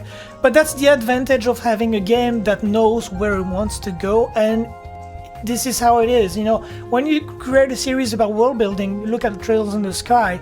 Trails in the Sky was not ambiguous. It wasn't about, you know, leaving so much room for, like, you know, filling up the blanks and hinting at this and that. I'm sure there was, but, you know, a little bit, but it wasn't. It was clear enough that everybody knew what the game wanted to be. And now the game is so like in a middle, I don't know, like in the middle of something, like a middle fence or something. Basically, you're just saying that let's say, previous games told everything they needed to say. Yeah, without, so there was without no room implying for, like, anything else. Yeah, now there's so much that's implied, and I'm not talking like, even when you see like character interactions, friendships, like we talked about, you know, like let's say like Crow and Elliot, like, you know, apparently they're friends, but I barely recall seeing them being friends, but apparently they are. You know what I mean? Like stuff is hinting at the end of Hajimari, if I recall, where you see Crow and Elliot hanging out. I think I've seen them a couple times, but you know, I never. You see them like, a couple of times in Sen game, Yeah. in Sen 1. Yeah, but it's like there is so much things that are implied. Like if you need to pay attention for a fraction of a second, and even then, it's so vague that everyone can just imagine whatever they want, and it's going into like this weird. Like everyone has its own interpretation of what it's supposed to be. I guess I don't know. And Maybe the you know thing where I'm is trying that, to go. and the thing is that everything you think can be viable because, you know. It's so vague. It's so vague Yeah. and like conveniently unfinished that it's like, oh yeah, no, it's just up to you to, you know, just imagine what you want. And this is not what I signed up for. Again, I signed up for this because it was all about showing me this nice detailed world. I don't want to be like. I thought the game would talk to me, not would imagine about things. Yeah, exactly. I thought the game would talk to me, not imagine what the game would tell me. Yeah. Basically that. Oh my god. So yeah, it's- That's kind of sad. yeah, it is. It's very sad. 'Cause It makes me sad. I'm okay with leaving imagination to the player. I'm okay with that. Like I said, you with our Resident Evil 3's director. Yeah, but like, I think there is like a context for everything. And yeah, there's but sometimes, that's why I'm saying that again, because I'm okay with leaving interpretation to the player, but do not leave the whole game up to the player's interpretation, please. Oh Yeah. yeah. Because at this point, when you're talking about the game, you're just taking a question about how the person perceived the game and not what the person played. Yeah. It's different. Yeah, exactly. Mm-hmm. So, anyways, man, this is turning into like a giant. We're just like taking a giant crap on the series. Yeah, we still need to say that Yeah. I am remaining positive about the series, but I would understand if some people just get put off by this. yeah, just- I'm Yeah. on the fence. I was on board until the end of the 4th game, and now I'm like, maybe I'm done. Yeah. I think I fourth might be game, done. Yeah, I understand, because to me that was the point. That was really the point where I was like, what am I doing? Should I still play this? Like, you know. insert kiryu.jpg. oh yeah. What am I doing Yeah. with my life? Oh yeah. Because they're long. Let's not forget, they're really long. Yeah. It's a lot of time to devote. And if this happens again, because even if you tell me now, like, oh, the first game in the Calvin arc it's really good, it's really solid, I'll be like, well, okay, but you've got a couple more games to go. Get back to me when they're finished and let me, tell me Yeah. then if it's still really good before I put in another, like, 300 hours. Man, Yeah. I mean, when you've spent like, I don't know, I think I probably spent more than 1,000 hours easy on this series, and is this what I get out of it? Like for something that's supposed to Yeah. be, because this is not like separate stuff. This is not, let's say, I don't know, like a series of games that were everything, like Final Fantasy. Let's say Final Fantasy, like you can just, it's not the same thing, but it's you feel like you wasted so much time. I mean, I'm still hopeful, but I've said this already. It's like an abusive relationship. I've told you this, but it's like I keep coming back like an idiot, hoping things will get better, but it's Yeah. not really so far. But I'm still hopeful. But yeah, I keep on being disappointed and coming back. So we'll see. We'll see. Hajimari wasn't bad though, to be fair. Yeah, Hashimari Yeah. improved a lot. patched It a still lot of has. It still Yeah. has problems remaining that I hate, but it's Yuna. way better. Yeah. Yuna. I'm Yuna Crawford. Oh man. Just kidding. Oh man. But yeah, Hajimari, I will say this is the game that could be a good turning point. Like it could lead to something bad. We don't know, but it's looking good at least so far. Yeah. But I don't trust Falcom. That's the problem. So I will see. Yeah.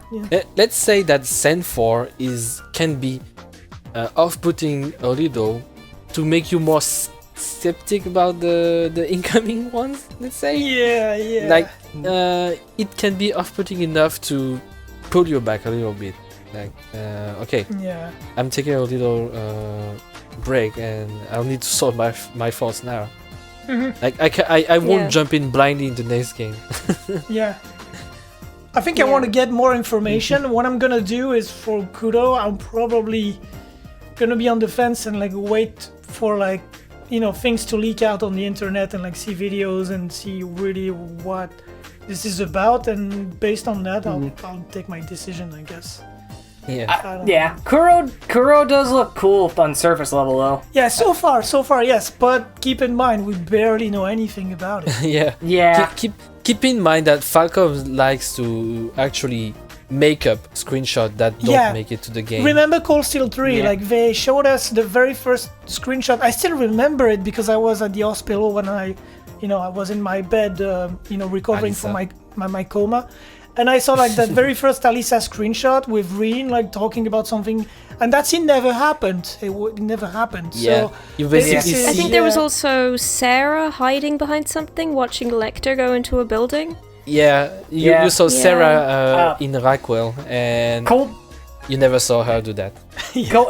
Don't forget, this is Cold Steel 4, but there was a screenshot of Crow in the Celestial Globe, and that didn't happen. Oh. In his what? In the Celestial Globe. You know. Oh. Yeah, Falcom is like very misleading, so never trust them until it's out. And you know, when I think about it, it's funny because they're doing with Ease what they should be doing with Trails in some level nowadays. I know Xena is not familiar with Ease, I believe, but the Ease series is like, it's not about world building at all. Like there is a little bit of it. Like if you play the games in order, you will see it. It's more like a place building. Yeah. And you can really enjoy any of them in any order, really. But they're doing things that they could do in Kiseki and that would be so great. But then they don't do it. They just do it with Ease, and I'm like, why?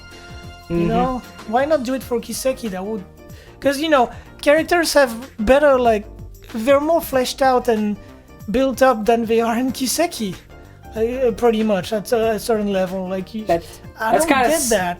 That's kind of sad because like most East characters are one-offs. Yeah, because you don't see them anymore. Like once the game is finished, it's over. Like you will never see them. Maybe one or two. Like you got what's her name? That one from Celceta or whatever. Like you do see like a few characters coming back. Yeah.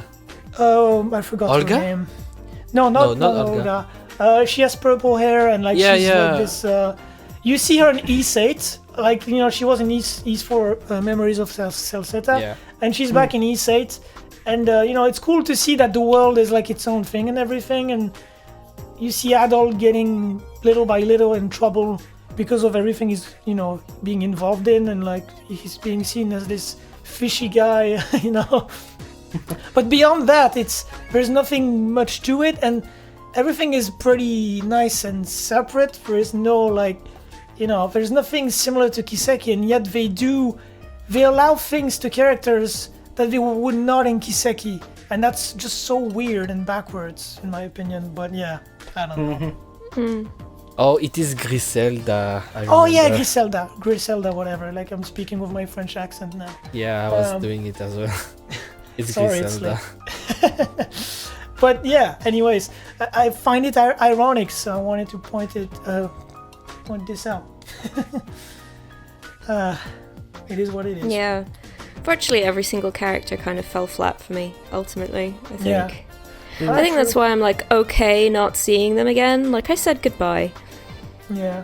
I don't really have any true desire to go through that again. Like, but I'm sure they're fine. What I'm upset about is, if you look at Estelle, for example, in Trails in the Sky, even when you finish Trails in the Sky SC, you get that feeling of actual accomplishment, I guess. Like there's it leads to something, and but when you finish Trails of Cold Steel, to me, it didn't feel like that at all. And especially when Hajimari came out and I realized that Rin is just, he's still Rin, like in Cold Steel 1. There is no, there is nothing. Yeah, that Estelle evolved went for him. from being quite silly and quite frivolous, and everybody was like, oh, Joshua, it's great that and you've brought Estelle. Like, nobody really believed in her.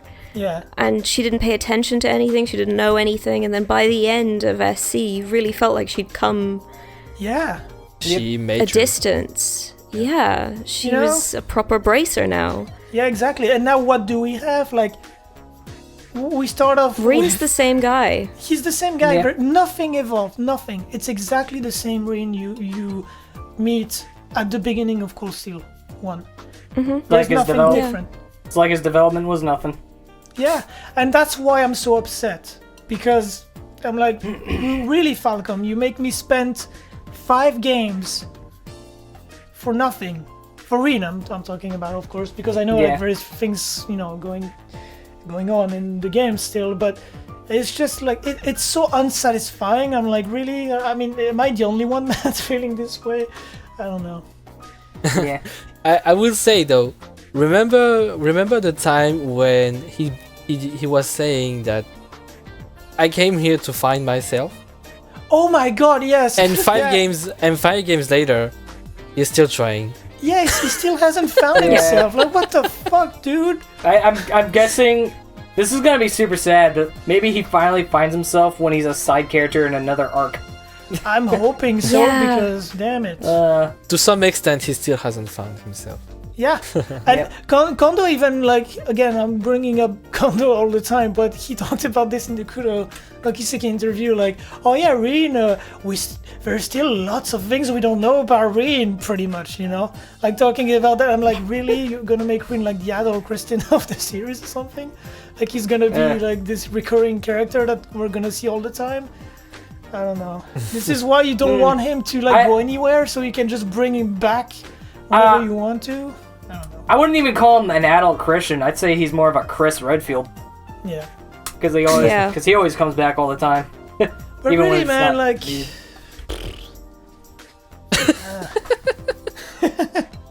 That's all I Yeah. gotta say now. Yeah. Just kind of sums it up, really. Just Yeah. I know, right? But still, parts that again, makes no sense. It was all a schmelga, and maybe some people learned something. Maybe. Some people found the power of friendship, and then it was over. Power of friendship. What is this, fairy tale? If only. Yeah, if yeah, only. yes. That's exactly what happened. Look what It went full fairy tale. look what the power of friendship allowed Rin to become. Like, he's such a fine. The power of friendship will lift the curse from Rin if we all think about him. The power of friendship, what else can it do? I think it can link Panzer Soldats to a divine knight, maybe? Oh, man. Yeah. Don't get me started because I think- that what first else does scene it do? with Yuna. The power of friendship finding her is soldat. strong.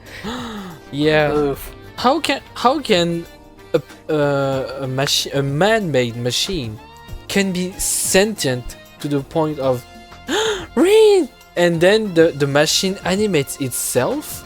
I believe it with the Divine Knight because it is otherworldly, but a soldat, it is man-made with iron, and it needs a pilot to work, and suddenly an autopilot works, and then Yuna is saved from the knight just because she thought about Rin. I was like, why? No, I don't understand.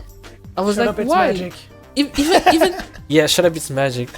Even on my first playthrough of Sen 4, I was like, okay, I'm not buying that bullshit. No, I was like, that on doesn't stream. make any sense. Yeah. The power of friendship.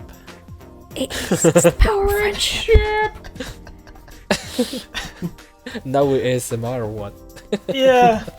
No, but so I bet Kondo got so much shit for that he's now like, oh yeah, you want some mature shit? We're gonna give you some mature shit. No, I'm joking. We're gonna get some unicorns and rainbows again, and all this like dark stuff is gonna be, I don't know. I mean, Sen 4 was supposed to be dark, so like I said, Trails of Gold Feet.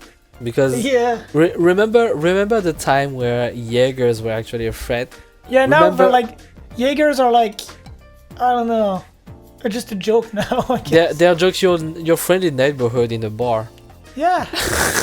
Yeah. You just drink with them. You just go on a drink and Remember when Jaegers were a threat? Remember when Jaegers were ruthless? Remember when Falcom wasn't scary of displaying, let's say, violence? Now it's... And I'm not saying it needs to be super, super dark or anything. I'm not saying everybody needs to die at the end. Yeah, same. But just something a little bit... Yeah, like you've put this much effort into building a world that you're trying to make believable, that has systems and war and taxation and all of these things. And then at the same time, you're giving me just this absolute cotton candy little bubble, and I don't understand. There's no balance. And it just... to add into that... Yeah, go ahead. What were you about to say? I was just gonna say, you can shoot a man pretty much from point blank. He won't die. Right in the chest, like the Emperor. You can shoot him from 3 feet away, right in the chest, and they're like, it's time for his surgery. I'm like, what surgery? He should have been in a coffin. What is he made of? And he gets shot with a paintball. Yeah. To add into that, remember when Reen talks about his time in Crossbell as the Ashen Chevalier, where in Sen 2 you would see him cutting in half tanks, cutting in half airships, no one died. And then you have the character saying, you made sure that people inside wouldn't die. But when you cut the plane in half, you made sure. Rin didn't kill anyone. Hashtag Rin didn't kill anyone. You made no sure. One died. Okay. Yeah, Falcom, I believe nobody died. Yeah. Yeah. Sure. Yeah. Like, Falcom is so great. They can make absolute like wars, but no one dies, or maybe 1 or 2 NPCs. From what I remember from Cold Steel 2, only that mayor died. Yeah, Otto. Yeah, he's the only one that died. Manager. I mean, no, not the only one. The guy also at the in Nord, the guard in Nord. There's one that died as well from like. Yeah, you're right. There was a guard in Nord. There's even a quest in Cold Steel 3, I think, where like his, widow. Is like in Sen 3, the Lee's widow indeed. Yeah. What's crazy about the guard in Nord is that he died before the war even began. Yeah. True. Yeah, and also the big spider in Nord. Oh my god, I brought that up too. It ate the guy. What was so funny to me? It was more dangerous before the war. But since the beginning, I was like, there's a dude that just got eaten alive in front of you, and everybody is just like, oh yeah, just let's do this, let's kill that. No one cared, like no one even commented. But remember, he's a bad guy, so he can die like a dog. I guess, but I don't know. It was just so funny to me at the time because you just see this guy like getting devoured. Yeah, and the screen goes red. Yeah. Oh man. That's the problem. That I always say this. That's the problem. In Sen, you can only die if you're a villain. Yeah. You are showed dying only if you are a villain. I slightly disagree. Yeah, you can be a villain, but then you need to have the redemption. You need to be converted, and then you can live. Yeah, the only people... I mean, like... I wouldn't even say Gideon was truly a villain, because no one in the Imperial Liberation Front really was in the end. Mm-hmm. We've forgiven them all, apparently. Oh, yeah. So, who are we left with? Otto certainly wasn't a villain. Oh yeah, true. And then the only ones we're left with are people that had already died. Yeah. Like Rutger and Arianrod. They'd Oh, yeah. already died, so it was Yep. their time to go anyway. They were ghosts in flesh. Yeah, Yeah. yeah, exactly. That's about it. Yep. Well, And I'm struggling to actually think of a villain now. because I know Falcom got into trouble because of E7. Like, there was a time when they had balls, let's say, and the violence apparently got them in trouble. And Oh, ever really? Yeah. since then, they're like very scared of having anything remotely mature in their game. It was- Ever since it was- E7. I played it was stemming E7 from and it was Yeah. stemming from Sky the Third, and Oh, yeah, it that also as well. repercuted to Zero, who got almost a rating above what Yeah. it had. And yeah, Zero no Kiseki, Ao no Kiseki, E7, and Yeah, a group of games, Sora the yeah. Third. Yeah, they were games that were out around the same time for Falcom, let's say. Even if they got out in different years, they were around the time where Falcom was kind of touchy with Zero. And yeah, that's when you clearly see the You shift. saw that big shift, the massive shift after that. Yeah, true. Because Sky the Third had balls as well. Like you don't see that shit anymore. You won't see. oh, yeah, you don't even remind me of Ren's Door. That. Oh yeah, no. Oh my god. Yeah. that I'm was not dark. asking. It's like you said. I'm not asking for like trails of depression and like everything bad and Yeah. horrible but we need some I'm balance. asking for a certain amount of realism. Yeah, Yeah. Like we need Zina some said, balance. Yeah, everything don't Yeah. have to be unicorns and rainbows. yeah. Yep. I- Like Zina learn, perfectly summed it up. like And learn to look kill now. off somebody. Sorry. I was saying, learn to have like a party member that's a main character and like just kill him off. Like at least one guy. Yeah. I mean, we've got so many. We could lose one, right? Yeah, true. At this point. Like Lol. Hajimari is always like promoting itself as this. The game is so great. There's the biggest cast in the history of Trails, and I'm like, okay, but please, can we just, Yeah, you don't understand. I need to sort their orbments out. yeah. Yeah. Can we just, I downsize a little? I literally spent, I think, almost an hour in a stream just customizing Omen. Also, the cast I is so believe big you. now. Like they need to shaft a lot of characters and like be basically unfair just so they can manage it. That's what they do Yeah. now, Yeah. and that sucks. So That's not too big of a deal, honestly. no, I know, because- but that's a remark I have about Yeah, I would like quality over quantity. I was about to say the opposite. Yeah. For some That's reason. perfect. Yeah, absolutely. Because it's like I've said, the characters themselves are all their various tropes, right? And yeah. that's fine. But they're all their various tropes, and they all do what it says on the tin. But when they had time and the story had a direction to push them in, was when they were at their best. If you give them a little bit more time and you give them a story, it works. It's totally forgivable and it's great. Yep. By the time we got to the fourth game, not only did they not have time, they didn't have a direction anymore. And so they were all just tropes again. They were all just tropes, standing around being tropey. Yeah. And then I was like, do you know what? I'm done with these guys. Yeah, that's also one thing that changed with Falcom is, at least for Trails specifically, they used to try and take a trope but twist it a little. Like, they would try to have a different take on a trope. And ever since recently, it's like now it's just that trope, but nothing different to it. They don't even bother anymore.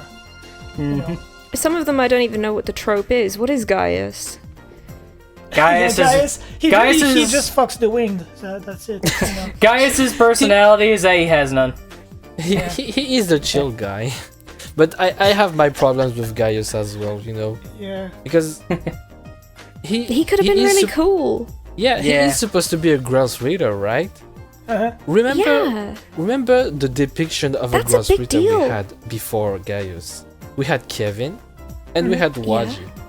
Mhm. You probably don't know Waji, Zina, but basically you know that a Dominion is some kind of leader, right? Yeah, they're a So big why- deal. Yeah, so why can't Gaius be a fucking leader? No, he's got why- one small ship. Yeah, This is my problem that I he said wa- earlier. yeah, he was just there because he has the ship.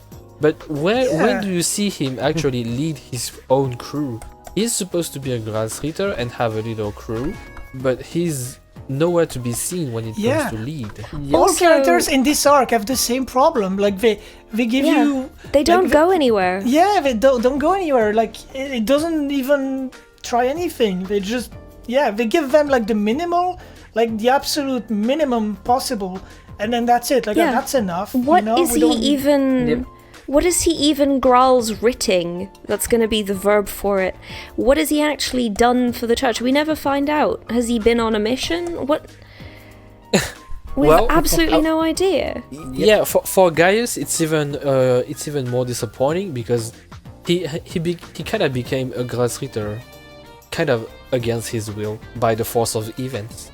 Like Yeah. he was there with the former grass reader, and then he was, I'm giving you my power, and then now you have it. Yeah. Yeah. But I has he? agree with that.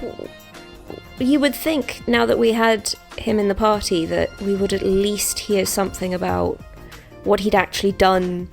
I don't know what he's done. As far as I can tell, he went somewhere, he came back, he has a braid in his hair now, and he got a little ship.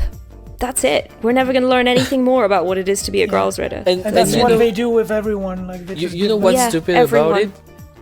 Hmm? It's when you do the event with Gaius in Sanfree, and he's like, he's showing his new power on Rin, at Rin, and Rin is like, he pats him on the shoulder like, Gaius, I know you've been in a lot of trouble, but I know you will tell us what happened when the time will come. Yeah. And I was like, yeah. he was Never. ready to tell it. Why did you stop? know. Yeah. Damn it. And then that moment never came. He never had the occasion to tell on the whole group how everything happened. Like Everyone has he to be became a- limited for some reason. yeah, he became somewhat a powerhouse with little to no justification there. Yeah. Yep. Yeah. Speaking of bonding events, that's one thing I hate is like you don't know what to take as, you know, official and like part of the story and what just bullshit fan service and everything in between, because they kind of shove everything in there and they hide story elements, but they also do that, you know, other stuff as well. So it's like, okay, Yeah. what's real, what's not, and you know, there is a lot of things that I just don't like having things hidden behind them to begin with. I think it's kind of bullshit. But then they also do that other stuff I talked about, and it's like, oh man. You know, Can we- I still found it stupid though that there was some plot stuff hidden behind New Game Plus and Cold Yeah. Steel 2. That too, and then they made it Oh canon. yeah, that was crazy.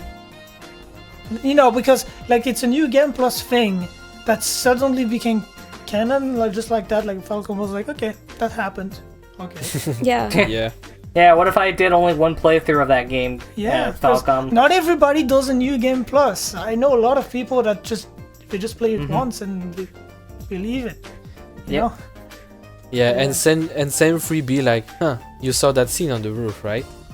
And everybody's like, wait, Oops. what? Instructor Thomas is what? Yeah. You'd be so confused. I know. And Black Rosie, Records, why what? are you a sister now? Yeah. Yeah. What the? And why do you use a weapon? You, Well, Like, I mean, what it does, it has its moments. It does certain things really well. It really does. And yeah, I don't know where I'm going with that. I just think it's unfortunate what's going on. I mean, it's still a good series overall. I still think it's, enjoyable. But it's coming to a point when I reached Sen 4 where the bad is there's too much negative that at this point I just cannot ignore it anymore. I reached a point where it's just not. I used to be just like, I can just get past that. It's no big deal. And now it's like, no, I just cannot ignore this anymore. You could say a divisive story aside, though, the game is still fun to play. Yeah, it is. I agree because I still plan on can say doing that it again. I still, I do plan on playing the English version because I only played the Japanese version back in 2018. Yeah, but, same. I don't know why, I need to finish Hajimari first, but because I keep on postponing forever every time. I'm just not motivated anymore. I'm just like, I'll do it tomorrow, and I'll do it tomorrow, and I'll do it tomorrow, and I never do it. But I will say that Sen 3 and 4 expanded the gameplay in a good way. I would say they made quite a good looking engine. The gameplay has been refined to be a little more ergonomic. The animation still sucks. Yeah. Let's be real. Even a blind man like me can see how. I'm not bringing that yet. I'm not bringing that yet. But especially the ergonomicity of the game has been even more improved, especially on Hajimari when you have a huge cast. And I think ergonomy really needs to be better. But I do really think that Ormond aside, the games the game ergonomy have been improved in Hajimari. But I think Sen 3 and 4 have some fun gameplay elements in them. Yeah. And bonding aside, I still think overall Sen 4 has been still an enjoyable game to play, but the bad is really close to overshadowing the good, and like you said, you really can't get past it once it's too apparent. Yeah, that's the problem. Can I say something? It's nitpicky, but I feel like I need to bring this up. There was also a shift in the quality of music from because Cold Steel 1 and 2 to me was amazing. There was some really just all-time bangers in there, and here it's still good. I'm not saying it's shit or anything, but you can really feel like it's not as memorable, or it's not as special anymore to me for the most part. You know what I mean? And whenever a special theme comes back, it comes back. That's what I mean. They just bring a theme from Cold Steel 2, for example, or 1 back, but all the epic stuff is that it's the old stuff, but then the music from the arc is just not as memorable to me. There's some good stuff still. I'm not saying it's not good, but I will say though, the battle theme from Cold Steel 4 was probably my least favorite. I still like it. I even did a guitar cover on my channel of it. It's not I bad, think in my opinion, the Cold Steel 4's battle theme is one of the best in my opinion, just because of the way when the music picks up, when it builds. I love the dual, I love the dual guitars in it. Yeah, I really think that's when the music really is great. And okay, maybe you don't like the way it's building, but in my opinion, this is a great theme. But I still prefer the battle themes of 1 and 2. Especially ones. One was groovy, that was really groovy. I like it. The bass, that bass, man, bass. But also the barrier, though. I didn't really like the very first few notes. To me, the synth was kind of I don't know, I didn't like it. But as soon as it's gone, the rest is really nice. I liked it. It's just like the beginning that was a bit odd to me, but yeah. And then you have the super arranged versions of like the Tire Link of Arceus and all those bangers that were like, you know. Yeah. And I think what was it? Believe. I think Don't be defeated by a friend. Yeah, don't be defeated by a friend and Exceed and it's Transpired. Exceed, yeah, all those bangers. I think Sen 1 and 2's music called the essence of the games pretty well. Like yeah. Now they are young, so they need some kind of pumping music, you know. Yeah. They are young. They are but New young 7 fighting is young spirit. as well. Yeah, but yeah. but in Sen 3 and 4, the music kind of fit more only Rin's mindset, Yeah. more True. melancholic side. It's all about Rin. It's like that dude. I remember a dude that said, "Oh, I just hate the Japanese voice acting because Rin sounds so depressed and low key, whatever." And I'm like, "That's the point. Rin is supposed to sound dead because he kind of is." And I don't know. I didn't understand the. I'm not saying it's a good thing that he's like that, but that's how he was. You know. He was his actor was doing this because that's how he was, and that's why I have an issue with the English dub a little bit, because Sean Chiplock doesn't give the right kind of vibe for him at that point. In my opinion, he's way too confident when he's acting. overconfident. Yeah. In because Sen 3 Rin and 4, doesn't- he's overconfident. Yeah, Rin does not have that confidence. He does not. And again, Sean Chiplock is great. I think he's a very good voice actor. I have no issues. I'm just saying that. Maybe that's what people want to see from him, Rin. Like, oh, my precious Rin needs to be strong and confident. But, you know, that's not what he is. So Yeah, true. Yep. that's my only issue. 5 games and still need to be saved. Oh, my God. Even now, like, spoiler alert, I guess. But even at this point, he needs to be saved, even in Calvert. So much for a Divine Oh, Blade, God. right? Derp. What a divine blade, right? Like, Yeah. we're gonna have like a cast that did not accomplish anything, because even the others, like, don't expect them to be like CEOs or of anything or like big in the world. You're just gonna have like, I don't know, a cast of wizards with the same issues. It's gonna be like we Cast joked of about. wizards with the same issues. It's fantastic. You know, Yeah. just watch in Kuro no Kiseki, Rin's gonna be a hostage and we gotta save him. Yeah, I bet there's. You know what? I would not be surprised if there's gonna be a mission, like, you know, because the main guy is supposed to be this like Jaeger kind of you know, like they take jobs and they go and do things. I would bet that one of those jobs is going to be to save Rin's ass.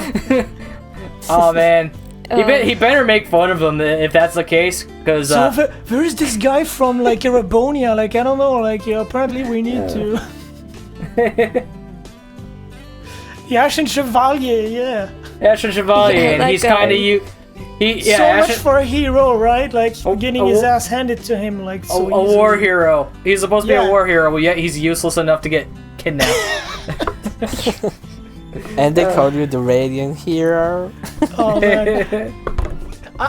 I was complaining about his personal things, but also when it comes to like being a swordsman, he's not even accomplished in that Yeah. area either. Yeah. Like, my God, Gets The- his the- ass kicked by ninjas. I'm The- laughing, but it's sad. The laughing title at that. feels robbed.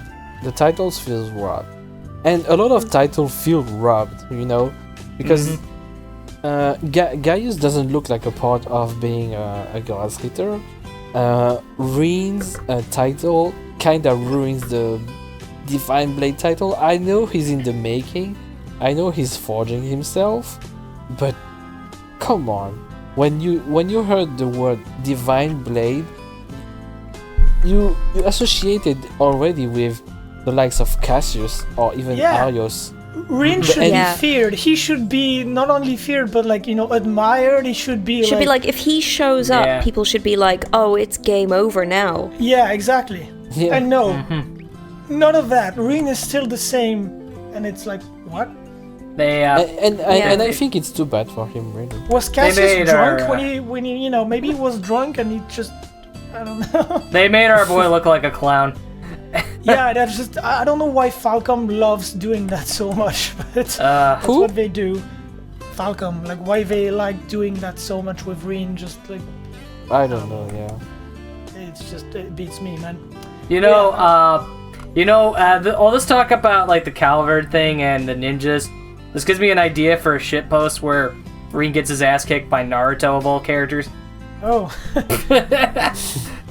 to be fair, that would not even surprise me now, because with this whole, what is it called? Like those timelines, like I don't know, dimensions, like Yeah. whatever, man, whatever. Reen is so special; he can transcend timelines and. Yep. Oh yeah, It's weird. If you wonder why we talk about shitposts, it's because we have an alternative, what do they call, like a side project, YouTube channel called Falcom After Hours, where we do skits. Oh, got you. Shameless in plug. VR chat. Yeah, shameless plug. Yeah, I did post a video, to make my subscribers aware, but we do that fun. We're just making fun, like for we're just having fun. Sorry, we're just having fun and like doing parodies, so it's nothing serious. No character is safe from us. There. No one. I will admit, Yuna is a little bit more. She gets a bit more than the others. Yuna is basically the Meg Griffin of Falcom After Hours. Yeah, she is definitely. She's not spared. But yeah, if you want to just have maybe a laugh, if that's your thing, I don't know if people like that, but we're having a lot of fun doing this. So. Yeah. Anyways, but I think we kind of covered everything, right? I mean, I think unless mostly. anyone has something to say, but I think I've said everything I needed to say for the most part. Yeah, but basically. Also, one last thing I want to add, and I know it's not very important, but I kind of wish Falcom, like with their whole romance bullshit, like with the fan service and all that, and there's this debate about whatever, like the implied canon versus what people want and blah blah blah and waifus. Yeah. No one cares. Like, please, just if you want to bring romance, just do something, worth something, like something good, something that's I don't know, something that has a reason to be here, or just don't do anything, please. Yeah. Falcom. Yeah. Just like I stop said. this. Stop. Like I said, stop. I would take Reen dating a fish if it's written well enough. Yeah. Yeah. Spoiler alert, Reen ends up with Kermit the Frog. I don't know. Yeah. Anyone will do. We joked about this Reen before. leaves and finds a nice girl in Calvard. I'll take that. Just let the other women move on with their lives. Yeah, because Yep, talking of a believable world, can you believe a world where for years and years, because like it's been how long now? 3 years in the story, maybe something like that. Like you get girls just all over Reen. You get also this implied possible relationship with Elisa, but just implied, low-key implied. And then it's like nothing happens. No one makes a move. No one takes any chances. Yeah, human beings nothing don't happens. work like that. Do you really believe that after so many years, everyone would be still in the same state and not care about it and not do anything? Do you think this is believable? I don't. No, No. not even remotely. Despite everyone saying that, look at all these bombshells around Reen, and nobody's making a move. Everyone is Yeah, super really. attractive. I Everybody is honestly- hot in this universe. No one gets so- laid. I started in 3. I did start to wonder if maybe he has some kind of like a hormonal deficiency. Yeah. Maybe it's like like, I adult. think he Do you know might the joke about adult actually Kristen? need a doctor. You know from Ease, there's the protagonist from Ease, Adult Kristen. He has all these ladies that literally throw themselves at him, and the dude doesn't do anything and leaves everyone with their hearts broken every time. And even still at age 24, he never had a girlfriend, never anything. And he just doesn't care. And so everybody starts like joking about, oh, Adol's waifu is adventure, like that's or maybe he's just doggy sexual. Like Doggy is his like partner in adventures, like he's like that big buff dude. And they're always joking about it as well, and it's like because the guy is like he has all the ladies and he just doesn't care. He just leaves and nothing happens. So like make a move, Reen. I don't even care who on. I literally don't care who on. Just make some kind of a move. What I find frustrating is like they put all of this in place, like all this, whether it's optional or not, they show this in the games, and nothing happens. Like, why do you do this if it's for nothing? Yeah. At least have, I've seen bullshit harem anime that has like that actually goes somewhere. Like even this game doesn't do that. Like really. The problem with this is that the characters, especially the women, were just ready for Reen to be taken at any moment. The thing is that everyone except the woman have a life. Like women this is actually are bound like, to him. Yeah, so they can't have anything outside of Reen. They can't have anything. Yeah, and that's the problem. Yeah, that's the problem. They're being done dirty. I will say, this conversation right here, it's kind of reminding me of this one review from Tark's Gauntlet, when he reviewed Cold Steel 2, and at the very end of the review, he said, if I were Reen, I'd be porking Elisa right now. Oh man. But this is Reen we're talking about, so Reen is like he's not allowed. Reen doesn't have the urge to pork. You know what's really apparent. You know what's really apparent in Cold Steel 4 specifically? It's like Reen is not allowed to have an opinion about this stuff. He's not allowed. He has this boundary, like he's gonna say something and then no, Reen, you're not allowed to go any further, and he just shuts up. He doesn't say anything. This is where it stops. We're turning Reen into a cuck. It's just poorly implemented. Yeah, it's just a really poorly implemented system. Yeah, it's because it's the worst in Cold Steel 3. Because in Cold Steel 3, even if you go into it like, I know which girl he's gonna end up with, the story says, no you don't, because Reen still needs to have all these women running at him. Yep. So you're still going to get the scene with Toa's aunt where she's like, why don't you just marry her? Exactly. You're going to get that even if you never spoke to Toa. And all the women are still going to do the thing where they get in the bath and talk about what's Reen's favorite type. That's still going to happen, even if you never bonded with them. And that's where it gets weird. It's still going to do that. It is, and it's very, very annoying. Yep. Yeah, it is. And if it had just been a case where you could bond with them and you had that option to be a friend or not, even that would have made it a little better.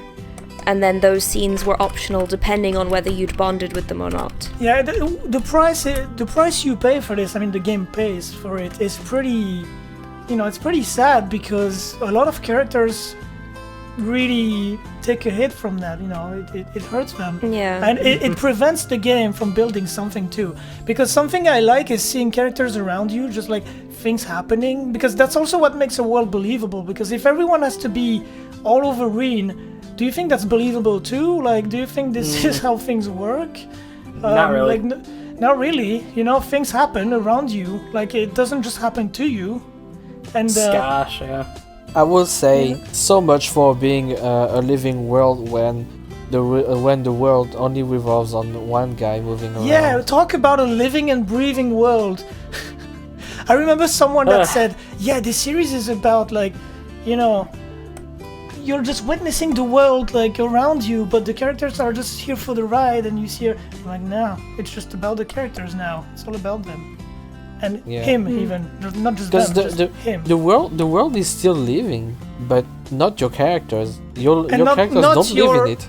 Yeah, he doesn't live in it, and also everyone related to that could have a something to do with him is also impacted, unless it's a guy, because yeah.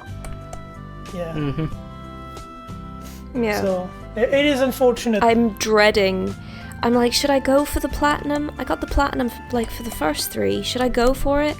And I'm thinking, oh, if I go for the platinum, I have to sit through everybody's final bonding event. Not just the final though, because the first one, some of them are really obnoxious and like. Oh, you could just use option button and use Skip. square. Yeah, you just Square I skips think I'm everything. Gonna have to do that. And then you would still have the trophy. Because the worst thing about this, what I find insulting about it, is that Falcom doesn't even have any issue with like basically transforming their characters into anything, as long as it suits like the fan service they want to go for. Even if it goes against a character, they just don't care.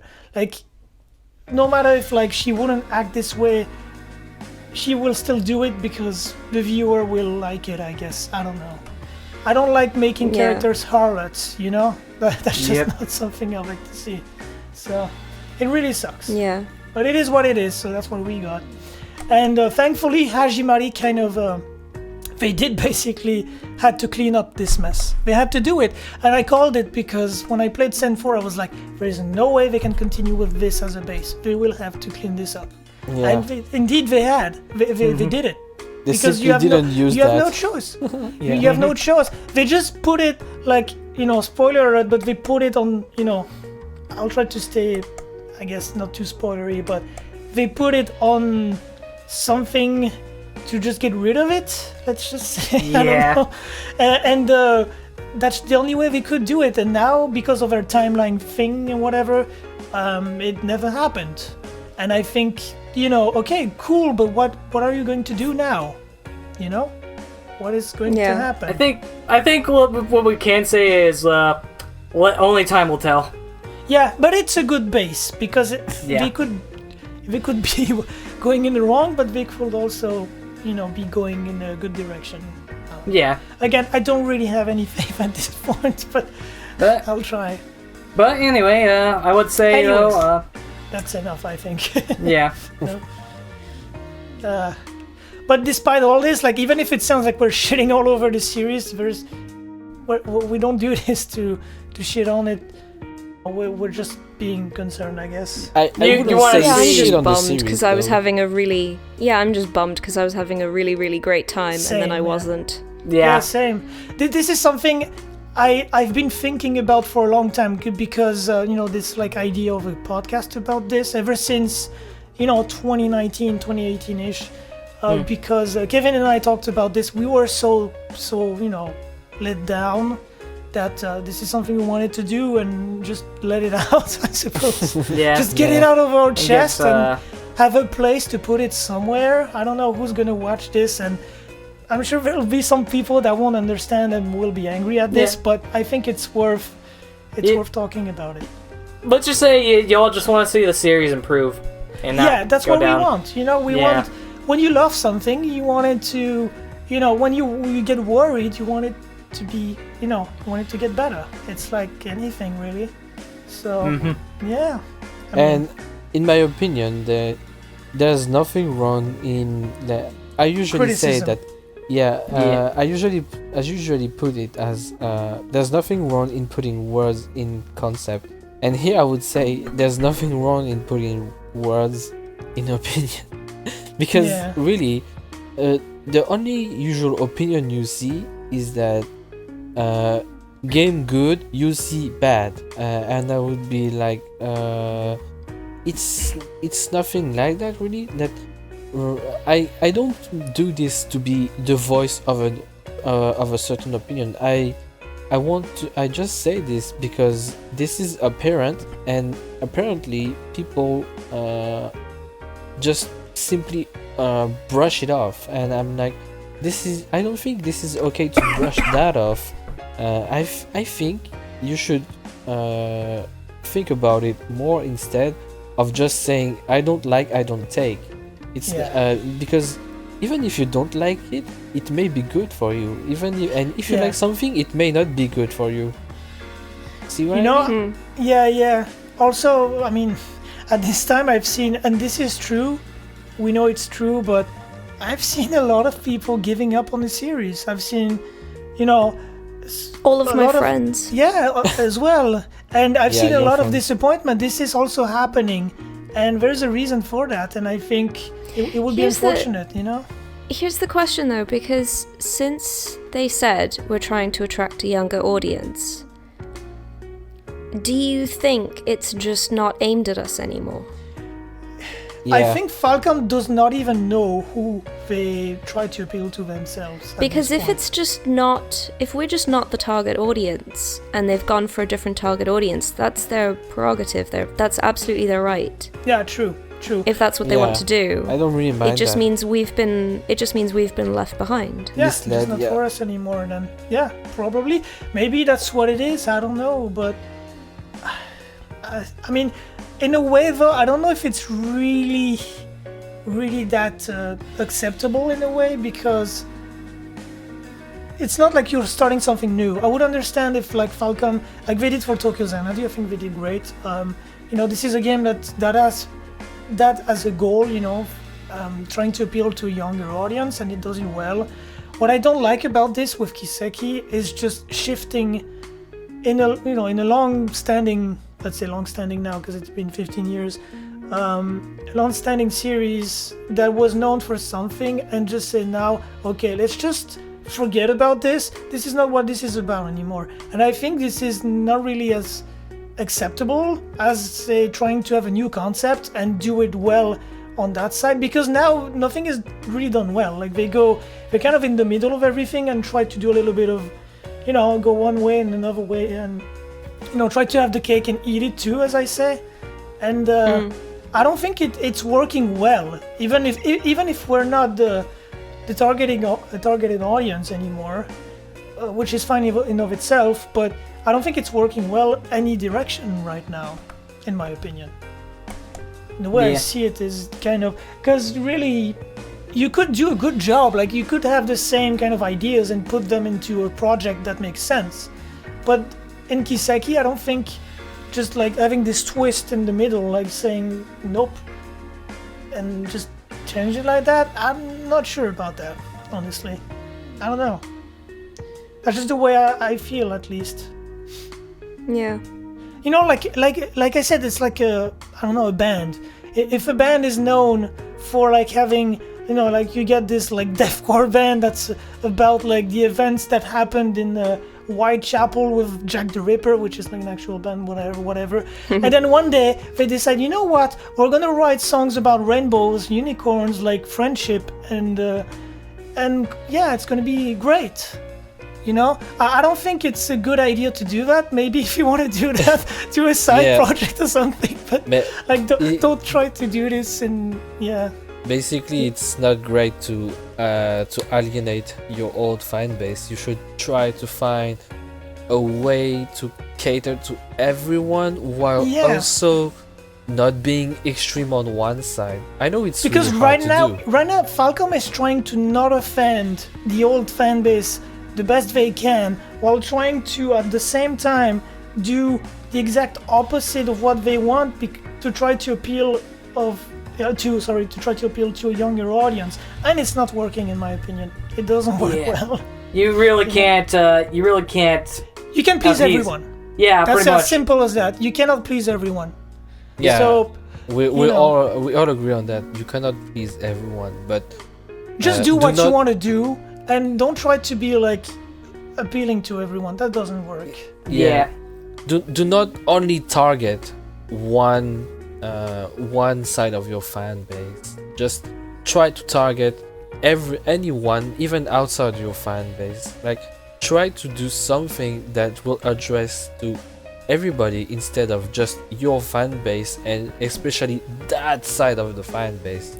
You know what I mean? Yeah, they're a bit too self-conscious about like, our audience this and that, we need to try to appeal to them. I know marketing is a thing, like games exist to make profit, they don't exist to be a charity, but you know,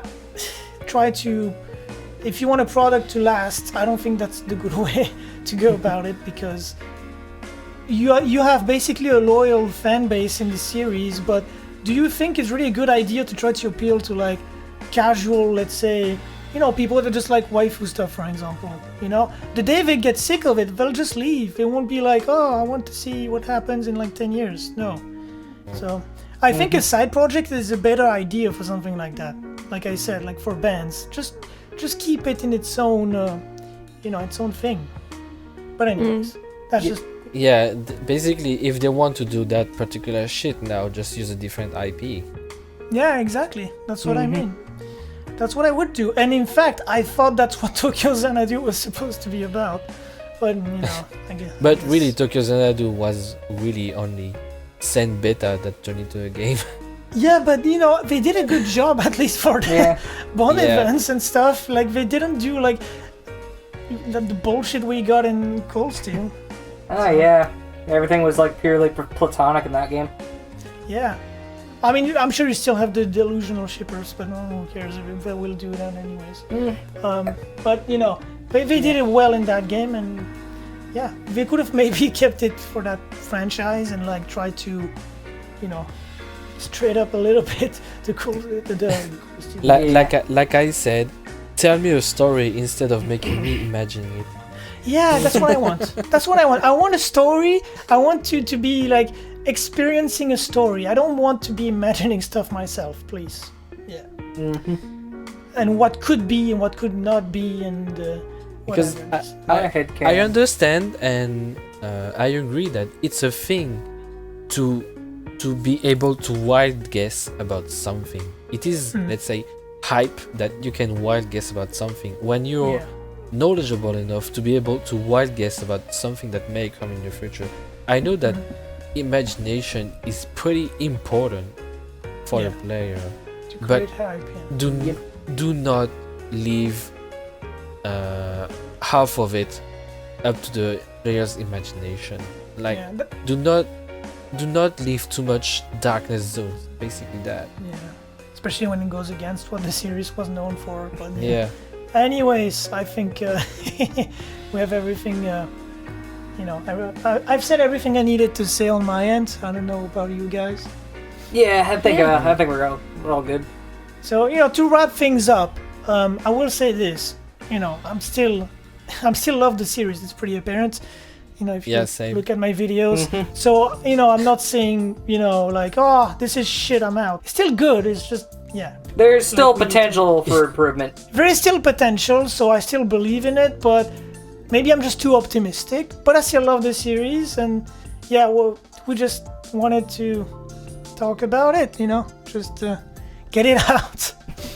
So So don't think we're just shitting on everything for the sake of shitting on it, because there's really not the. I think a good way of putting it would be like, we really like the series, but we don't take everything we have a problem with and just leave it as meh. It's gonna be okay anyway. We are actually taking into account any kind of worry we could have about something we didn't perceive well with the game, and something we basically try to not close our eyes into everything. That's what I want to say, because really I think the games are still good in my opinion, but like I said, problems become too big to be ignored. The bad is starting to overshadow the good, and if I didn't want to keep on playing Trails, I wouldn't be on Hajimari at the moment. This is what basically triggered the alarm bell, like we say in French. I don't even know if it's a thing in English, but like, this is what really started, like I said, triggering the alarm bell. This is something triggering the alert. But if anyone in the comments, because I'm curious, I want to see what people think, just to see, like, I don't know if we're the only ones, or like if I'm sure there's a lot of people that feel the same, but I want to see what people think and how they took it, I suppose, how they experienced those games. I'm very curious. So, Yeah, like you know, we're okay if the game for you is like 10 out of 10 or whatever. It's just that I probably wouldn't vibe with your opinion, but really, if you really enjoyed it, then so be it. We're not trying to influence your opinion or say you should or say we are not saying you that should think something or whatever. No, that's not what we're trying to do. We're not trying to influence your way of thinking, like the way we are perceiving the stuff. We're just if you like the game, then so be it. If you don't like it, then we can understand why, and we can probably understand why you like it, but we just simply don't agree that some stuff you overlike, maybe. I don't know, but we are not trying to influence anything. We're just voicing some concern here, and talking about basically what stood out, what kind of problems stood out the most with the game. That's why the episode might seem a little bit, it might seem overall negative in nature, but it's not. It's just we speak up about the concerns we have, and I wanted to dedicate an episode just for that, and that's what I've been trying to do for a while, so I'm glad we managed to do it, and I just hope people just it's great to have Zina as a guest, because also so someone with also a different perspective, but that feels I would say similarly to I know, right? to us. And I want to thank everyone for participating. It's getting late, so I'm struggling to speak now. And I know someone it's even later for someone. Very late. So I think it's time we wrap this up. All right. So thank you everyone for watching, and we'll see you next time. And huge shout out to Zina, who valiantly stood there. Special thanks, because it's very late for her. Special thanks to thank you. Crazy late. Thank you for appearing on the podcast. No problem, anytime. Thank you for having me. Alright guys, bye. Take care everybody. Later. Alright, good night.